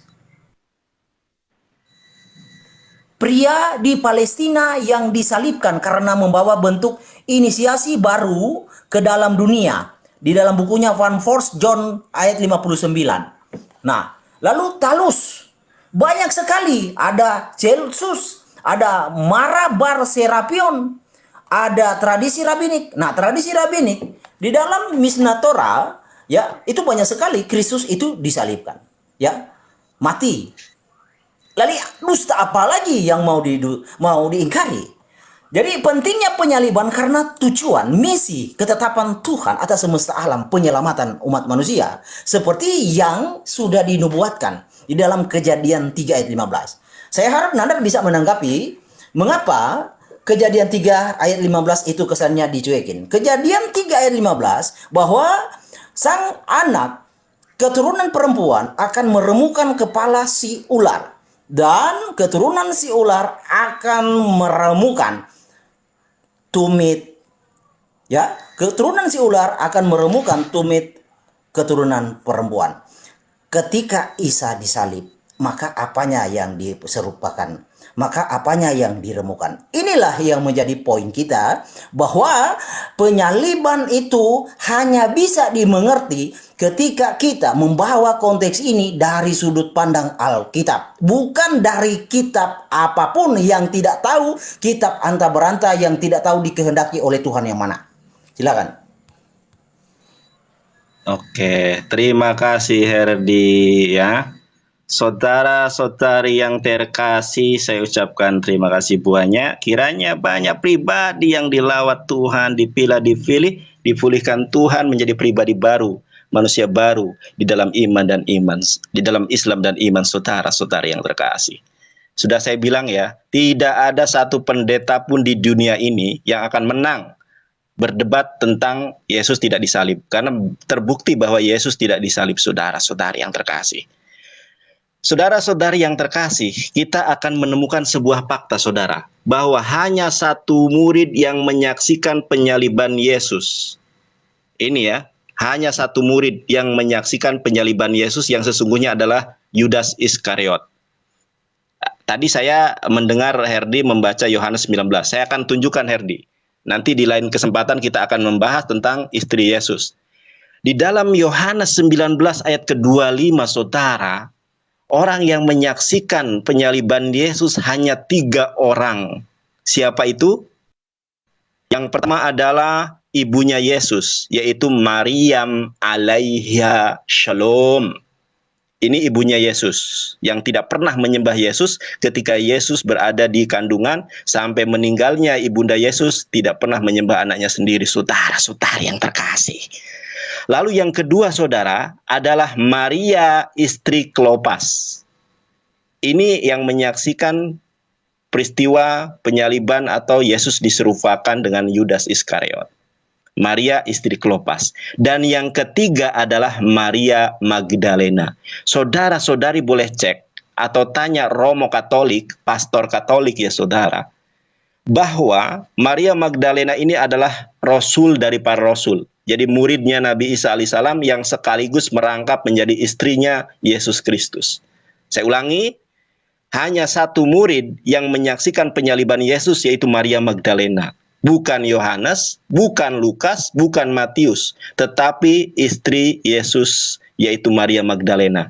Lihat ke ayat ke-26-nya. Siapakah istri Yesus itu?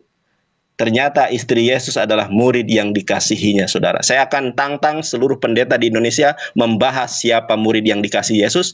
Yohanes 19:25, ternyata murid yang dikasihi Yesus itu adalah Maria Magdalena. Karena pada saat itu, Yesus sedang berbicara kepada 3 orang ini saja. Tidak ada Yohanes, tidak ada Lukas, tidak ada Markus.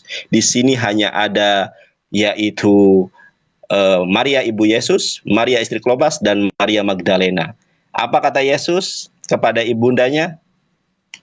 Yohanes 19:26, ketika Yesus melihat ibunya dan muridnya dikasihinya. Nah, pada saat Yesus ngomong kan hanya ada 3 orang di situ.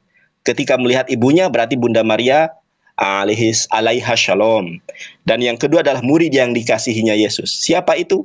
Diakui atau tidak, disadari atau tidak. Bahkan di dalam buku yang sangat tidak bisa dibantah, yaitu buku dari Maggie Whithouse, yaitu pernikahan Yesus, bahwa murid yang dikasihi Yesus itu adalah istri Yesus sendiri, yaitu Maria Magdalena. Sayang sekali kita tidak akan membahas tentang Yesus punya istri, tetapi yang akan kita bahas di sini adalah Yesus berubah rupa, saudara-saudara yang terkasih, atau Yesus diserupakan. Herdi yang terkasih, saya doakan mudah-mudahan kamu dilawat, dipilih, dimenangkan Tuhan, dan kiranya Anda memenangkan pergumulan dari batin hati Anda, kejujuran Anda, bahwa hanya kebenaran Islam yang akan menyelamatkan saudara. Kita lihat Herdi ya. Saya tidak membahas bahwa Markus 16:12 adalah Yesus, tentang Yesus diserupakan, Yesus disalib, bukan. Markus 16 ayat ke-12 saudara membuktikan bahwa pernyataan Al-Quran itu kebenaran firman Tuhan, saudara-saudara yang terkasih. 16 ayat 12. Sesudah itu ia menampakkan diri dalam rupa yang lain. Tadi kamu di awal mengatakan bahwa Yesus itu tidak berubah rupa, tetapi hanya bercahaya. Kenapa saya menggunakan Markus 16:12? Saya ingin membantah pernyataanmu di mula-mula itu, atau pernyataanmu di awal, bahwa bahwa Yesus tidak berubah rupa. Sedangkan Markus 16 ayat ke-12 membuktikan. Saya bacakan ayatnya. Sesudah itu ia menampakkan diri dalam rupa lain kepada dua orang dari mereka ketika keduanya dalam perjalanan ke kota. Kita buka ayat ke-11-nya. Perihal apa sih sebenarnya tentang ini? Nah ini. Ayat ke-11, tetapi ketika mereka mendengar bahwa Yesus hidup dan telah dilihat olehnya, mereka tidak percaya. Jadi Yesus itu hidup, saudara. Yesus itu tidak pernah mengalami kematian. Jadi menyalahi pengakuan iman rasuli, aku percaya kepada Bapa di sorga.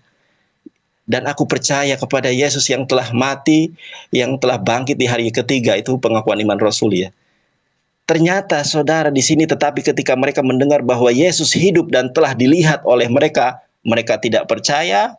Lalu disitulah Yesus menampakkan diri dalam rupa yang lain. Poinnya adalah Yesus berubah rupa. Benar, Al-Quran mengatakan salah satu anugerah Yesus itu adalah berubah rupa. Nah, kita lihat di dalam tadi ya. Saya kembali lagi menyampaikan ayat ini, Herdi ya. Saya tidak pernah mengambil kutipan atau dalil dalam Al-Quran bahwa yang disalib itu Yudas. Tetapi yang mendukung pernyataan Al-Quran ini adalah Alkitab Anda sendiri. Di dalam Matius 27 ayat ke-5, kematian Yudas itu digantung atau menggantung diri. Di zaman itu tidak menggantung diri di pohon mangga, tetapi menggantungkan diri di tiang salib. Tidak mungkin menggantungkan diri kecuali ada pihak eksternal yang sengaja menyalibkan si Yudas. Matius 27 ayat ke-5, Yudas digantung di tiang salib. Sedangkan Kisah Para Rasul 1 ayat ke-18, kematian Yudas, ternyata semua isi perutnya itu tertumpah keluar, dia jatuh. Yang benar Kisah Para Rasul 1 ayat 18 atau Matius 27 ayat ke-5. Secara terang benderang ayat ini bertolak belakang, kontradiksi. Saya tidak mengatakan ayat ini palsu, tapi saya ingin mengutarakan kepada saudara-saudara yang terkasih, saudara, bahwa ayat ini saling melengkapi. Kenapa perut Yudas terburai isinya? Karena tadi Heri sudah menyampaikan ya di ayat mana itu, bahwa Yesus ketika disalib itu, yang dianggap Yesus itu ditusuk lambungnya, saudara. Ketika dia ditusuk lambungnya, maka pantas saja Kisah Para Rasul 1 ayat ke-18 mengatakan perut Yudas terburai. Lalu saya menyampaikan data yang akurat, sebuah data yang dikarang oleh Romo Katolik yang lebih pandai dari Bambang Nursena, saudara. Yang jago Ibrani, jago Yunani, saudara. Doktor, kalau Bambang Nursena kan gelarnya SH, sama seperti saya, sarjana hukum. Kalau saya lawyer sekaligus pendebat, kalau Bambang Nursena kan monolog, kan? Saudara, kita lihat di sini. Ya, Herdi ini teman-teman Kristen, bukan data ya. Ini data Kristen. Sudah saya bolak-balik baca. Saya tidak akan membacakannya lagi, cukup saudara lihat di sini bahwa ini adalah orang Kristen. Orangnya ganteng, muda, tapi lebih muda saya, saudara. Di sini sangat dijelaskan di abad pertama bahwa Yesus tidak disalib, saudara. Nih, saya bacakan lagi. Basilides hidup di abad pertama 117 sampai 138. Ternyata Yesus itu menyerahkan salibnya kepada Simon dari Kirene, dan dengan suatu cara Yesus berhasil mengelabui mata semua orang ketika Yesus meminjamkan bentuk raganya kepada Simon. Makanya tadi kenapa Herdi saya cut omonganmu, karena tadi kamu mengatakan Allah inilah Allah itu. Dari awal saya berdebat dengan kamu atau berdiskusi, saya tidak pernah mengutip pernyataan atau firman Tuhan Allah Khalik langit dan bumi, tidak. Saya hanya mengutip murni Alkitab karena saya memang ahlinya di Alkitab, bukan ahli dalam Al-Qur'an. Kalau ahli dalam Al-Qur'an ya Ustadz Alwan. Gitu kan? Di sini dikatakan saudara, sumber. Coba saudara renungkan, perhatikan baik-baik saudara-saudari. Mudah-mudahan saudara-saudari yang melihat pada malam hari ini dibenangkan pergumulannya. Pergumulan terhadap batin saudara, bahwa kebenaran itu hanya ada di dalam Islam saudara. Kodeks Vatikanus, kodeks tertua, diciptakan, dibuat itu pada tahun 329 Masehi. Sedangkan Basilides ketika mengungkap fakta bahwa Yesus tidak disalib, itu abad pertama saudara. Tidak jauh dari kematian Yesus, 117 sampai 138. Lebih tua dari Kodeks Vatikanus. Di abad pertama saja ada sosok yang mengungkap fakta. Nabi Muhammad tidak kenal itu Basilides. Tetapi Basilides mengungkap fakta bahwa Yesus tidak disalib. Tadi saya sudah sampaikan juga bahwa referensi bahwa Yesus tidak disalib itu adalah data yang dibanggakan oleh orang Kristen, yaitu naskah Laut Mati, dokumen Nag Hammadi, The Second Treatise, berketek-ketek, berkotok-kotok. Di sini di dalam Wahyu Petrus dalam bahasa Koptik, halaman 82, 83, temuan terakhir dalam Injil Yudas. Saya sudah bilang evangelis itu datanya lengkap, Injil Yudas juga punya, tapi saya belum buka ini ya. Soalnya saya jadikan sebagai alas dari mau saya. Injil Yudas bentuknya kayak gini. Nih, The Gospel of Judas. Tuh, ya saudara. Aduh Herdi ini ya. Mudah-mudahan dimenangkan Tuhan Herdi. Datanya sudah lengkap bahwa Yesus berubah rupa, Yesus menikah, Yesus punya istri. Mudah-mudahan saudara dimenangkan Tuhan. Saudara dijamah Tuhan, dilawat, dipulihkan menjadi pribadi baru saudara, manusia baru saudara dalam iman dan Islam. Haleluya. Terpujilah Allah yang telah menciptakan Yesus. Wahyu 3 ayat ke-14. Al-Amin, Yesus Kristus adalah makhluk ciptaan Allah. Saya rasa kalau hanya bolak-balik ke situ saja, mungkin diakhiri saja. Saya berikan waktu kepada Bang Herdi untuk memberikan closing ya. Karena yang diungkapkan tadi itu tidak menolak argumentasi saya, justru menguatkan bahwa Yesus itu diselamatkan, diserupakan berdasarkan ayat-ayat Alkitab itu sendiri. Saya aturkan terima kasih kepada Herdi. Bagi teman-teman Kristen, tolong undang CP Bambang Nursena untuk berdebat dengan evangelis Yonatan Nendar yang sangat ditakuti oleh para pendeta seluruh dunia. Terima kasih. Silakan. Oke, ya. Jadi tentang Yohanes tadi, ya, yang dikutip oleh Nandar, ya, Yohanes berapa ya tadi kita buka lagi ya. Yohanes 19:25. Yohanes 19, oke. Sebenarnya di situ terang benderang. Dan cara ngototnya tentang apa? Siapa? Yudas yang itu sampai usus-ususnya semua terburai. Nah, itu kan tidak melambangkan Kristus ketika ditombak itu keluar cairan, bro. Bukan usus-ususnya, semua isi perutnya itu keluar, kagak. Jadi dari situ saja sudah ketahuan kamu itu ya kok layarnya jadi kecil sih? Turunkan satu, bro, biar layar saya jadi besar.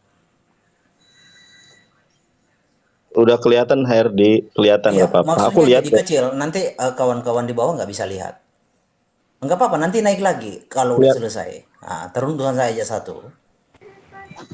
Oke. Dibaca aja. Apa perlu gue baca? Aman, bro, aman. Baca aja. Layar saya besar loh. Iya. Dibaca aja Her. Oke, dibaca aja ya. Oke. Ya. Nah, Nanti aku data kucil juga. Oke. Jadi di dalam Yohanes 19 ayat 25, dan dekat salib Yesus berdiri ibunya. Di sini dia kan menganalogikan murid yang dikasihinya ini adalah Maria Magdalena. Murid yang dikasihinya di sini, bro ya. Nah, contoh. Ini di penghujung Yohanes 21. Ini penampakan Kristus terakhir ketika dia bangkit. Ya, kemudian Yesus menampakkan diri lagi kepada murid-muridnya di pantai di Danau Tiberias. Ia menampakkan diri sebagai berikut. Ya. Di situ di pantai berkumpul Simon Petrus, Thomas yang disebut Didimus, Nathanael dari Kana yang dari Galilea, anak-anak Zebedeus, dan 2 orang muridnya yang lain. Jadi nggak ada perempuan. Nah di sini di penghujung ayat ini dikatakan murid yang dikasihi. Ketika Petrus berpaling, ia melihat bahwa murid yang dikasihi Yesus sedang mengikuti mereka, yaitu murid-murid pada waktu mereka sedang makan bersama, duduk dekat Yesus dan berkata, mereka makan di pantai ini, bro, di danau. Jadi buat apa Maria Magdalena ikut-ikut ke pantai? Jadi bro harus paham juga. Inilah. Iya, maksudnya kamu jangan gemeteran, masa debat sama Evangelis aja gemeteran, nggak usah lah. Ya lanjut ya. Jangan motong lah kawan, oke? Nah, lalu yang dibawa itu tentang murid yang dikasihinya, itu sifatnya itu singular, maskulin, bukan feminim. Tauton, definitive artikel, ditulis dalam bentuk akusatif, singular, maskulin, bukan feminim. Jadi bukan Maria Magdalena. Lah, lagian Maria Magdalena ngapain di pantai? Nggak mungkin Maria Magdalena itu jadi nelayan. Jadi pekerjaan laki-laki itu, bro. Nah, oke ya, jadi selesai ya. Lalu kawan Nandar, harusnya Anda bisa menjelaskan alasan Isa ya tidak disalib itu apa? Apa untungnya bagi Allah Subhanahu wa taala? Kalau di dalam kekristenan dengan Kristus disalib, maka ada pengampunan atas manusia yang sudah jatuh ke dalam maut. Nah, kalau Isa tidak disalib, mustahil ada pengampunan. Lalu alasan Isa diselamatkan, diserupakan itu apa? Hanya alasan kemanusiaan. Ya mungkin logikanya Allah seperti itu, hanya alasan kemanusiaan. Tapi ketahuilah, ketika Nandar tadi menarasikan Kristus mengelabui, wah bro, Kristus itu tidak ada pengajaran-pengajaran mengelabui, mempecundangi orang, mendustai orang lain, gak ada. Jadi jangan kau narasikan hal-hal seperti itu yang menjadi sifat Allah Subhanahu wa taala, jangan kau narasikan kepada Kristus. Ya. Tidak ada Kristus itu. Aduh. Jangan, sebentar, bro. Tidak ada sifat Kristus mengelabui, kawan. Ya, membohongi orang. Jadi dia itu punya kuasa. Bisa saja mengatakan tobat kalian, bisa. Tetapi dia tidak lakukan karena biarlah itu terjadi. Jadi mengelabui itu adalah sifat ketidakmampuan yang dilakoni oleh iblis untuk mewujudkan kuasanya, untuk mewujudkan rencananya. Itu iblis. Jadi maka benarlah yang dikatakan oleh Kristus di dalam Matius, kita baca lagi ya. Matius 16 ayat 21 sampai 23. Sejak waktu itu Kristus mulai menyatakan kepada murid-muridnya bahwa ia harus pergi ke Yerusalem dan menanggung banyak penderitaan dari pihak tua-tua, imam-imam, kepala dan ahli Taurat, lalu dibunuh dan dibangkitkan pada hari ketiga. Tetapi Petrus menarik Kristus ke samping dan menegur dia, katanya, Tuhan, kiranya Elohim menjauhkan hal itu. Apa hal itu? Tentang penyaliban. Hal itu sekali-kali takkan menimpa engkau. Jadi apa yang dilakoni oleh Petrus ya di sini sama seperti apa yang dilakukan oleh Allah Subhanahu wa taala. Petrus mau mencoba menggagalkan penyaliban. Ya, Petrus berkata, hal itu sekali-kali takkan menimpa engkau tentang penyaliban itu. Tetapi Kristus berpaling dan berkata kepada Petrus, "Enyahlah iblis." Nah, makanya ketika kita mendiskusikan tentang penyaliban, bro, maka kawan-kawan muslim itu harus siap. Konsekuensi logis dari narasi ketika Anda mau menyamakan dan mau mencoba mendebat tentang penyaliban, lalu Anda mau mencoba menggiring ke dalam tidak terjadi penyaliban, maka konsekuensinya Allah pada posisi sebagai iblis. Jadi sangatlah benar memang apa yang terjadi di dalam dunia ini, apa yang diajarkan oleh Allah Subhanahu wa taala itu adalah perpanjangan dari tangan iblis, pengajaran bahwa Kristus itu tidak disalib tetapi diserupakan. Supaya banyak manusia yang disesatkan karena menolak janji penyelamatan, karena menolak tentang karya penyelamatan. Itulah karya iblis. Jadi kawan-kawan, kita harus tahu latar belakang kenapa Kristus itu harus datang dan mati, karena itu adalah ketetapan Tuhan atas dunia supaya dunia itu bisa selamat. Kristus sudah menyatakan, gembala yang baik memberikan nyawanya bagi domba-dombanya. Itulah gembala yang baik. Jadi gembala yang baik bukanlah gembala yang mengorbankan nyawa pengikutnya untuk menyelamatkan nyawa gembalanya. Kagak seperti itu. Gembala yang baik adalah gembala yang memberikan nyawanya untuk domba-dombanya supaya selamat. Seperti itulah Kristus yang dijanjikan bahwa dengan darahnya tercurah maka seluruh manusia yang percaya kepadanya itu bisa selamat. Seperti itulah penyaliban harus terjadi karena itu sudah ketetapan Tuhan yang Tuhan nubuatkan jauh sebelum ada peradaban, yaitu kepada Adam dan Hawa. Oke, sudah. Tapi Herdi, kamu ada sesuatu yang kamu bohongi loh. Murid yang dikasih Yesus itu istri Yesus, Maria Magdalena, ya. Tadi kamu mengatakan di dalam Yohanes 19 ayat ke-25 ada kata-kata kamu hauton. Nggak ada kata-kata hauton di situ. Mau saya tunjukkan original teksnya. Saya bisa baca Yunani loh. Kamu bisa baca nggak? ya itu waktumu, silakan. Iya. Ini ya. Sebentar, saya tuh ini dulu cari penunjuk. Oke, itu nggak usah ya. Nah, di sini ya. Ketika Yesus berbicara kepada ibundanya dan kepada murid yang dikasihinya, itu untuk perempuan loh, yaitu Maria Magdalena. Makanya di sini dikatakan, saya bacakan ya. Bismillahirrahmanirrahim peharohum esteke sande ye marato setawroto yesho hemetera hautok. Nah, coba lihat nih.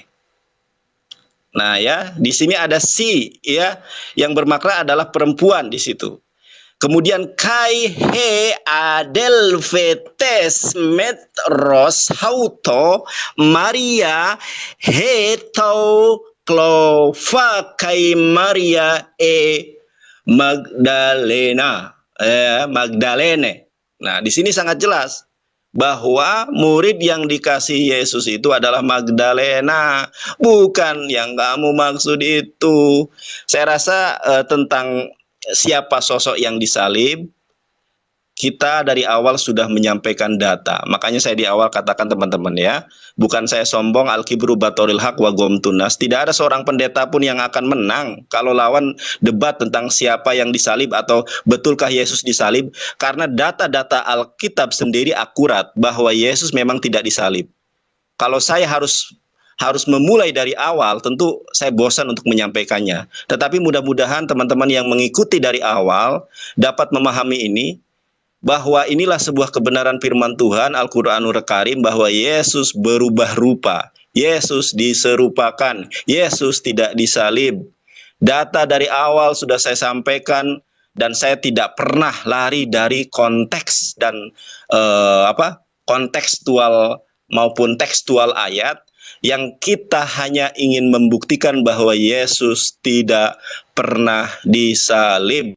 Melainkan yang disalib maupun yang diserupakan itu adalah sosok yang bukan Yesus, tetapi orang yang dipinjamkan bentuk raganya seperti Yesus. Saya kira demikian Bang Herdi, puas atau tidak puas bagi para penonton silakan Anda melihat, menilai dan bisa Anda mengeksplorasi sendiri.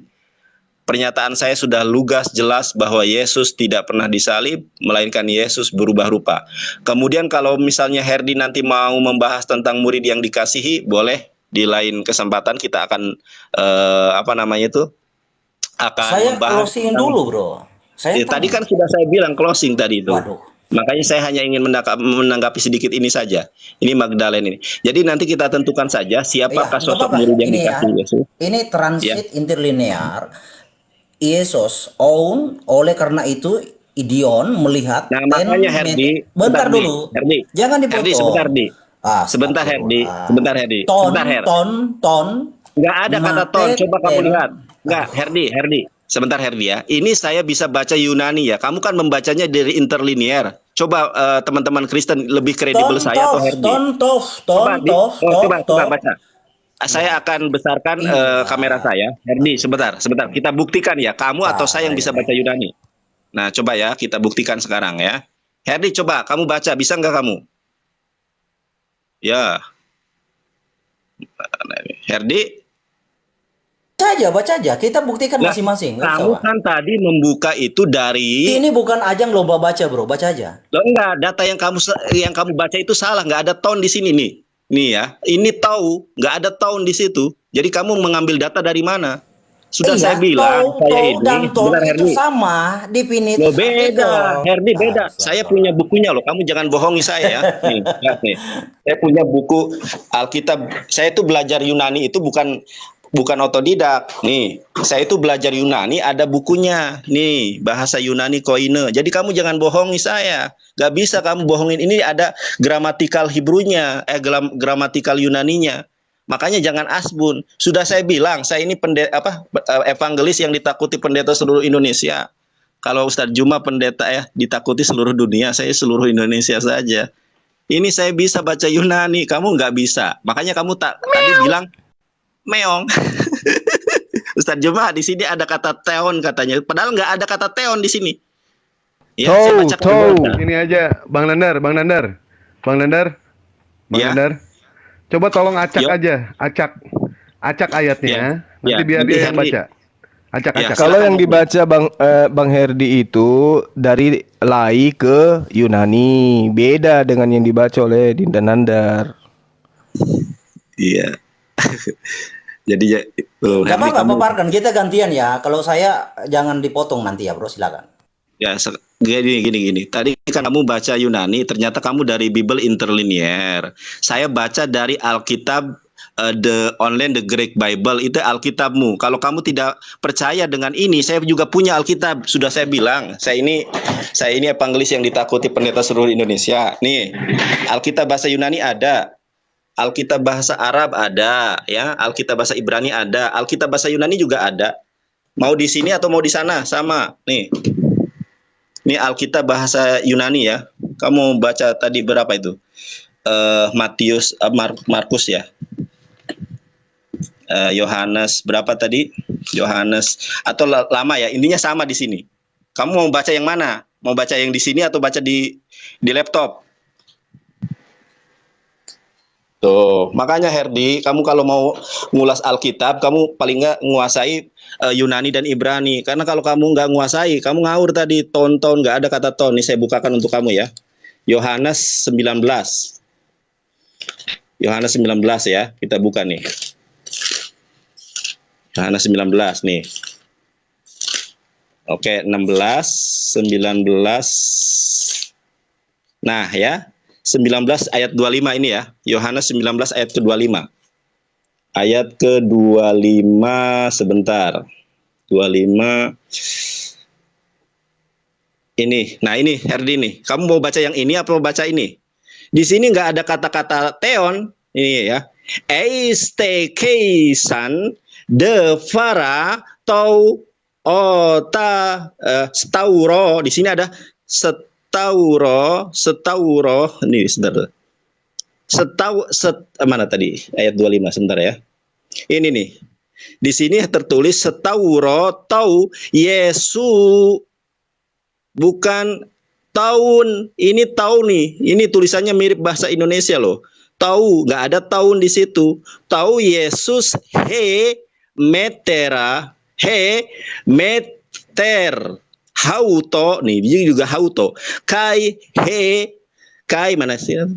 Kai adelve tes metros hauto Maria hetau klova kai Magdalene.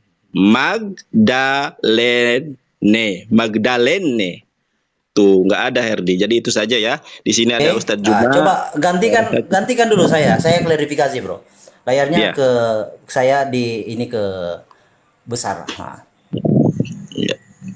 Oke, kita sebentar aja. Nah. Iya, ya, Biar silakan. kawan-kawan juga teredukasi ya. Oke.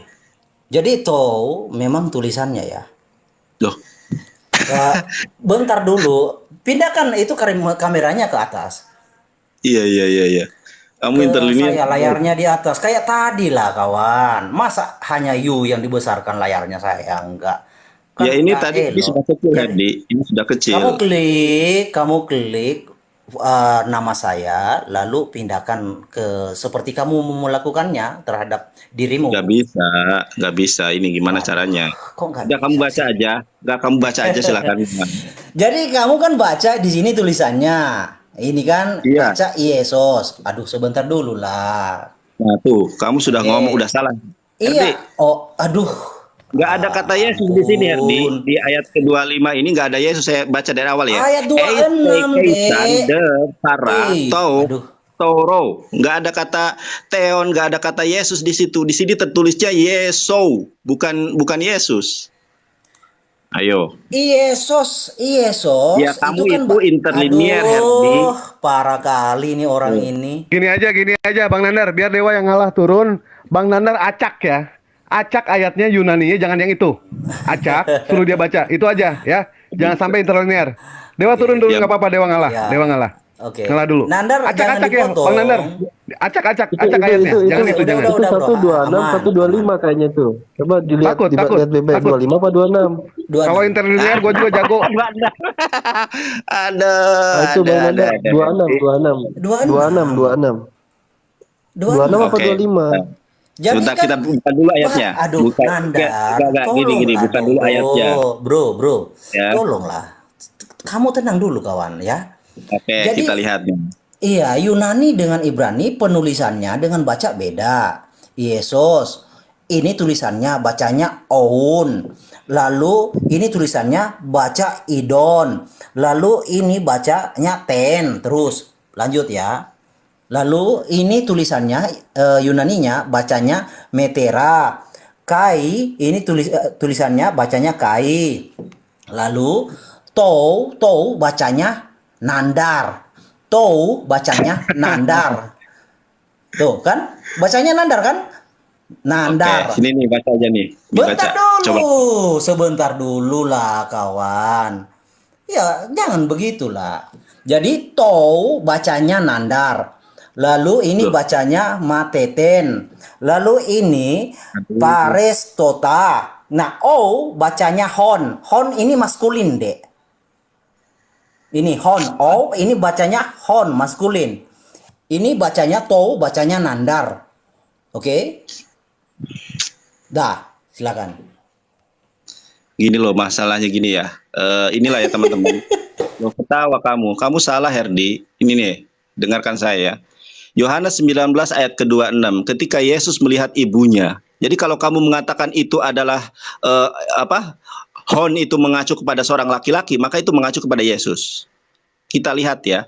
Kita lihat Herdi. Makanya gini Herdi, kamu nggak bisa baca Yunani tapi sok kemeruh nih. Aku bacakan kamu ya, aku ajari ya. Yesus haun idon ten metera kaiton nendetetet. Nah, nih aku ulangi ya. Yesus haun idon ten metera kaiton mate ten patestota parestota hon ega valegeite metri. Ya, gunai heide ho uso. Nggak ada di sini. Di sini mengacu kepada seorang perempuan loh.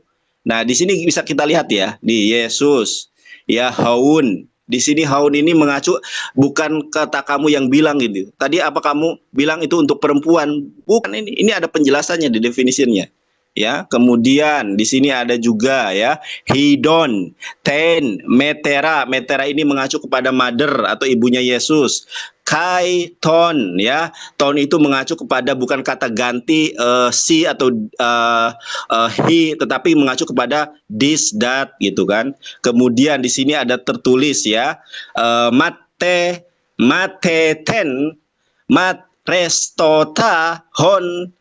Kemudian Gava nggak ada. Di sini mengacu kepada seorang perempuan yang bernama apa? Bernama Maria Magdalene. Makanya di sini dituliskan gunai.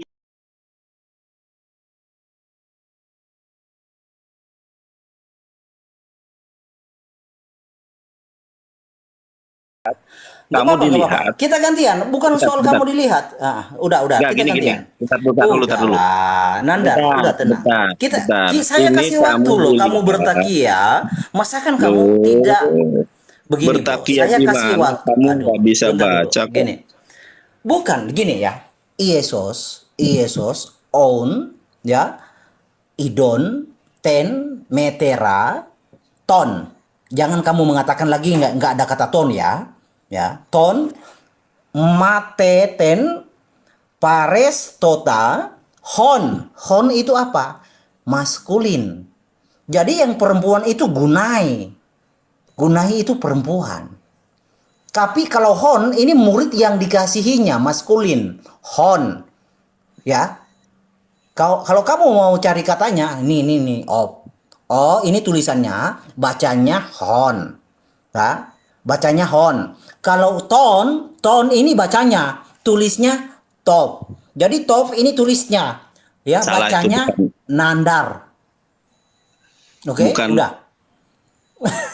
Apalagi maskulin ini, bre. Itu tidak mengacu kepada, coba makanya begini. Kalau perempuan ini gunai, ido, huyos, anak laki-laki. Iya. Udah.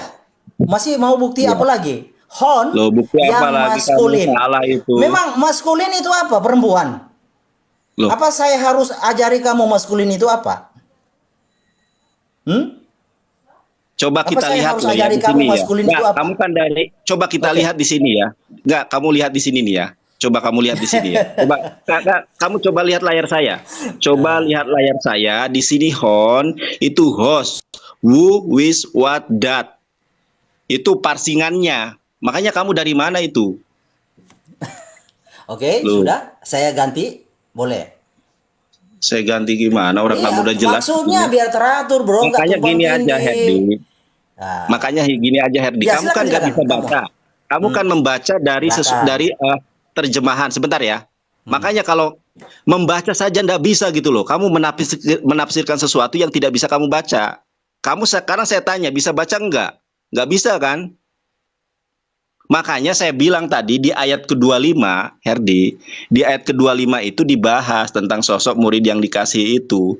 Yang hadir pada saat itu hanya, yaitu siapa saja di situ, ini lihat nih ya.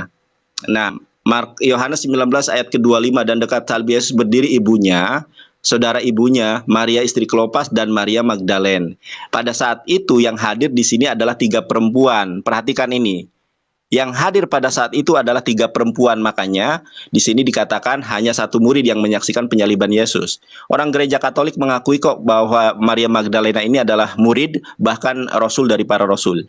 Dan dekat salib Yesus berdiri ibunya, saudara ibunya, Maria istri Klopas dan Maria Magdalene. Jadi hanya 3 orang perempuan saja yang hadir pada saat itu. Nggak ada sosok laki-laki di dalam Yohanes 19 ayat 25. Bahkan 24 nggak ada sosok laki-laki. Makanya di ayat ke-26-nya ini saling keterkaitan antara Yohanes 19 dengan Yohanes ayat ke-25. Ketika Yesus melihat ibunya dan murid yang dikasihinya, di sampingnya berkatalah ia kepada ibunya, "Ibu, inilah anakmu." Nah, ibu, inilah anakmu. Nah, di diksi apa namanya itu? Di Yohanes 25-nya ayat 26-nya. Bentar.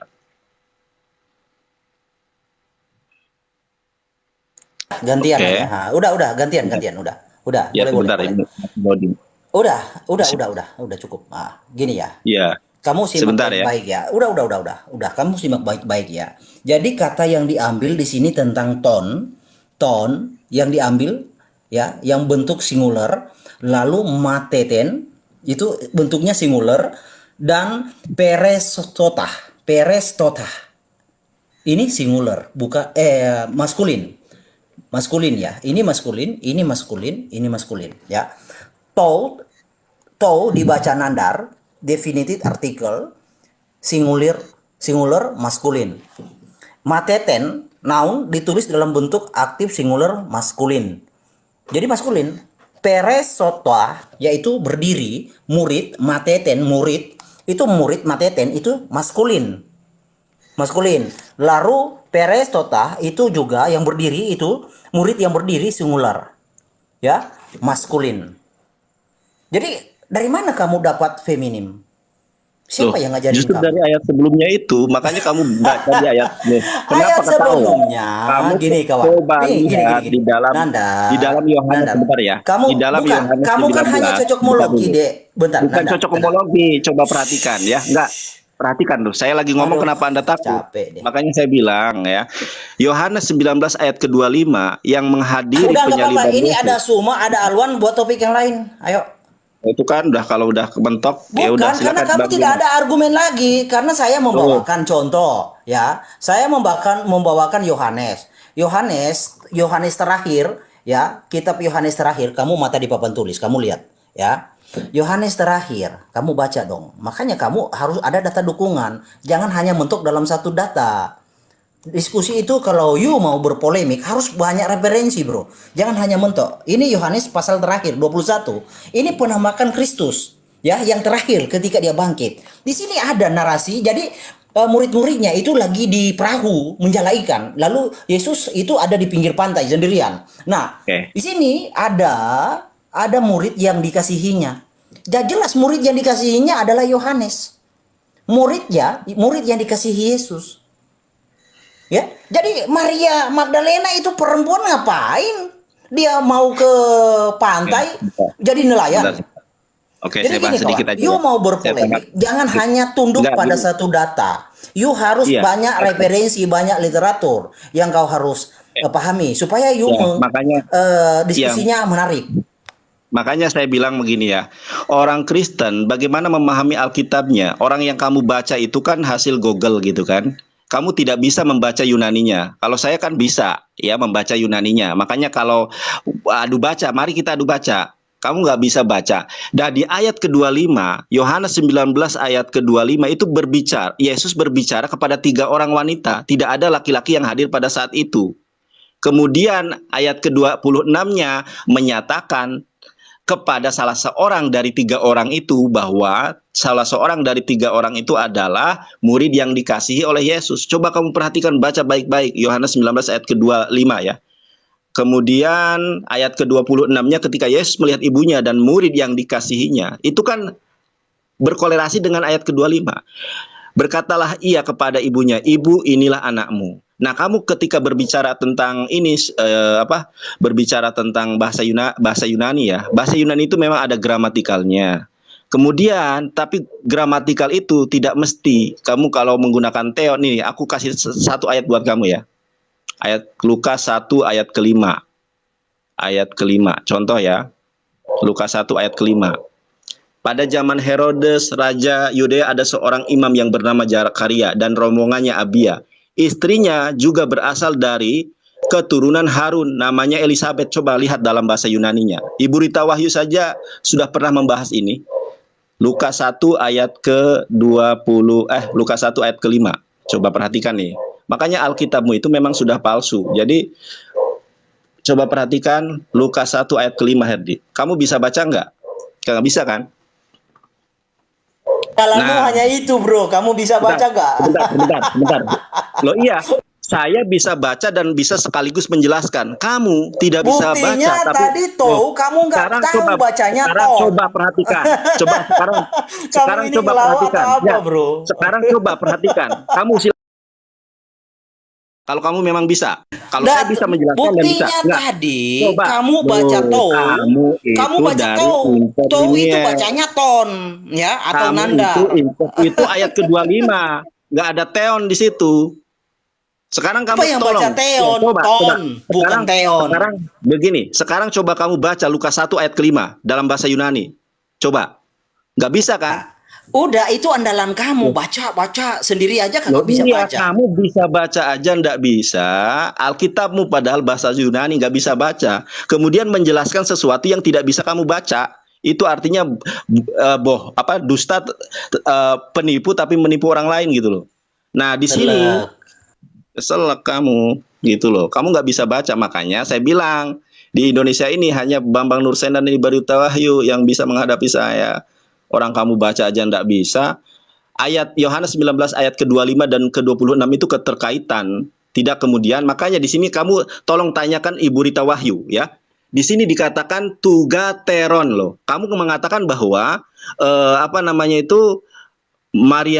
Elizabeth, coba kita lihat nih Lukas 1 ayat ke-5. Lukas 1 ayat ke-5 dikatakan bahwa Elizabeth ini adalah keturunan Harun. Tetapi di sini bahasa Yunaninya menggunakan tugateron. Kamu tahu nggak tugateron itu plural atau singular? Kamu nggak tahu. Di sini ada kesalahan gramatikal. Harusnya bukan tugateron tapi tugater. Karena satu pribadi, yaitu Elizabeth. Kamu nggak ngerti pembahasan ini. Gitu. Oke, saya rasa cukup ya, biarkan penonton Belum, yang saya sangka dulu. Masa kamu begitu, bro? Saya sangka kamu dulu. bisa baca enggak? Kamu Loh. bisa baca enggak? Soalnya di sini ada Ustadz Juma juga ya. Nah, Ada Ustadz Alwan. ini susahnya. Kamu nggak bisa baca. Enggak, kamu bisa baca apa enggak? Kamu jawab aja dulu. Loh, kenapa ketawa? Iya. Kamu bisa udah, baca saya enggak? sangka dulu. Kamu tenang dulu. Tuh. Oke, boleh? Oke, ya. Jadi Nandar dari tadi kan hanya mentok di satu dalil itu. Ya, amat kasihan sih saya melihatnya. Nah, Sungguh enggak, miris. kamu bisa baca Aduh. apa enggak? Kamu bisa baca apa enggak? Jawab aja dulu. Bisa baca apa enggak? Nandar, kita bukan bisa tentang lomba baca tulis ini. Bentar Lalu dulu. kalau kamu tidak bisa membaca, Nandar, kenapa Nandar, kamu menafsirkan Nandar, gitu loh? Nandar. Kamu baca aja nggak bisa kok. Kamu sok-sokan bisa baca aja, baca tahu aja tidak tahu. Lalu kamu mau sok-sokan. Tahu mana baca tahu? Kamu nggak bisa baca kok, ketawa kamu. Kamu udah ketahuan. Tahu kau baca tahu baca ton atau Nandar. Itu benar. Ayat ke-25 berbunyi tahu. Kenapa nggak ada ton di situ? Ketawa kamu. Udahlah, Nandar. Salah nggak? Kamu bisa baca nggak? Udah, Coba. gantian. Kamu bisa baca nggak? Sudah, makanya kamu nggak bisa baca. Ya Sudah saya bilang. sebentar, saya tutup, saya tamu, hargai tamu, bro. Oke, saya ajari sedikit Anda tentang bahasa. Oke, ya. Jadi memang menyakitkan, bro, menyedihkan kalau sok-sokan lalu terbukti tidak tahu apa-apa, itu menyakitkan. Terbukti tidak tahu Aduh, apa sebentar. gimana. Pindahkan layarnya ke saya besar. Ayo, cepat. Layarnya pindah ke saya. Ya, sudah. Oke. Mana? Kayak kamu lah. Oke, ya. Kita baca lagi ya. Yang kamu ngotot dari tadi. Kamu kayak siapa ya kemarin itu debat dengan saya? Sudah Dari langsung aja. Kamu awal. nggak bisa baca kok. Bentar, saya mengingat-ingat memori saya. Saya pernah debat dengan seseorang itu dari awal sampai berakhir datanya hanya satu itu, mentok. Jadi kayak kamu ini gak ada data lain pembanding begini kagak ada, mentok. Ya, jadi kok mati kameranya?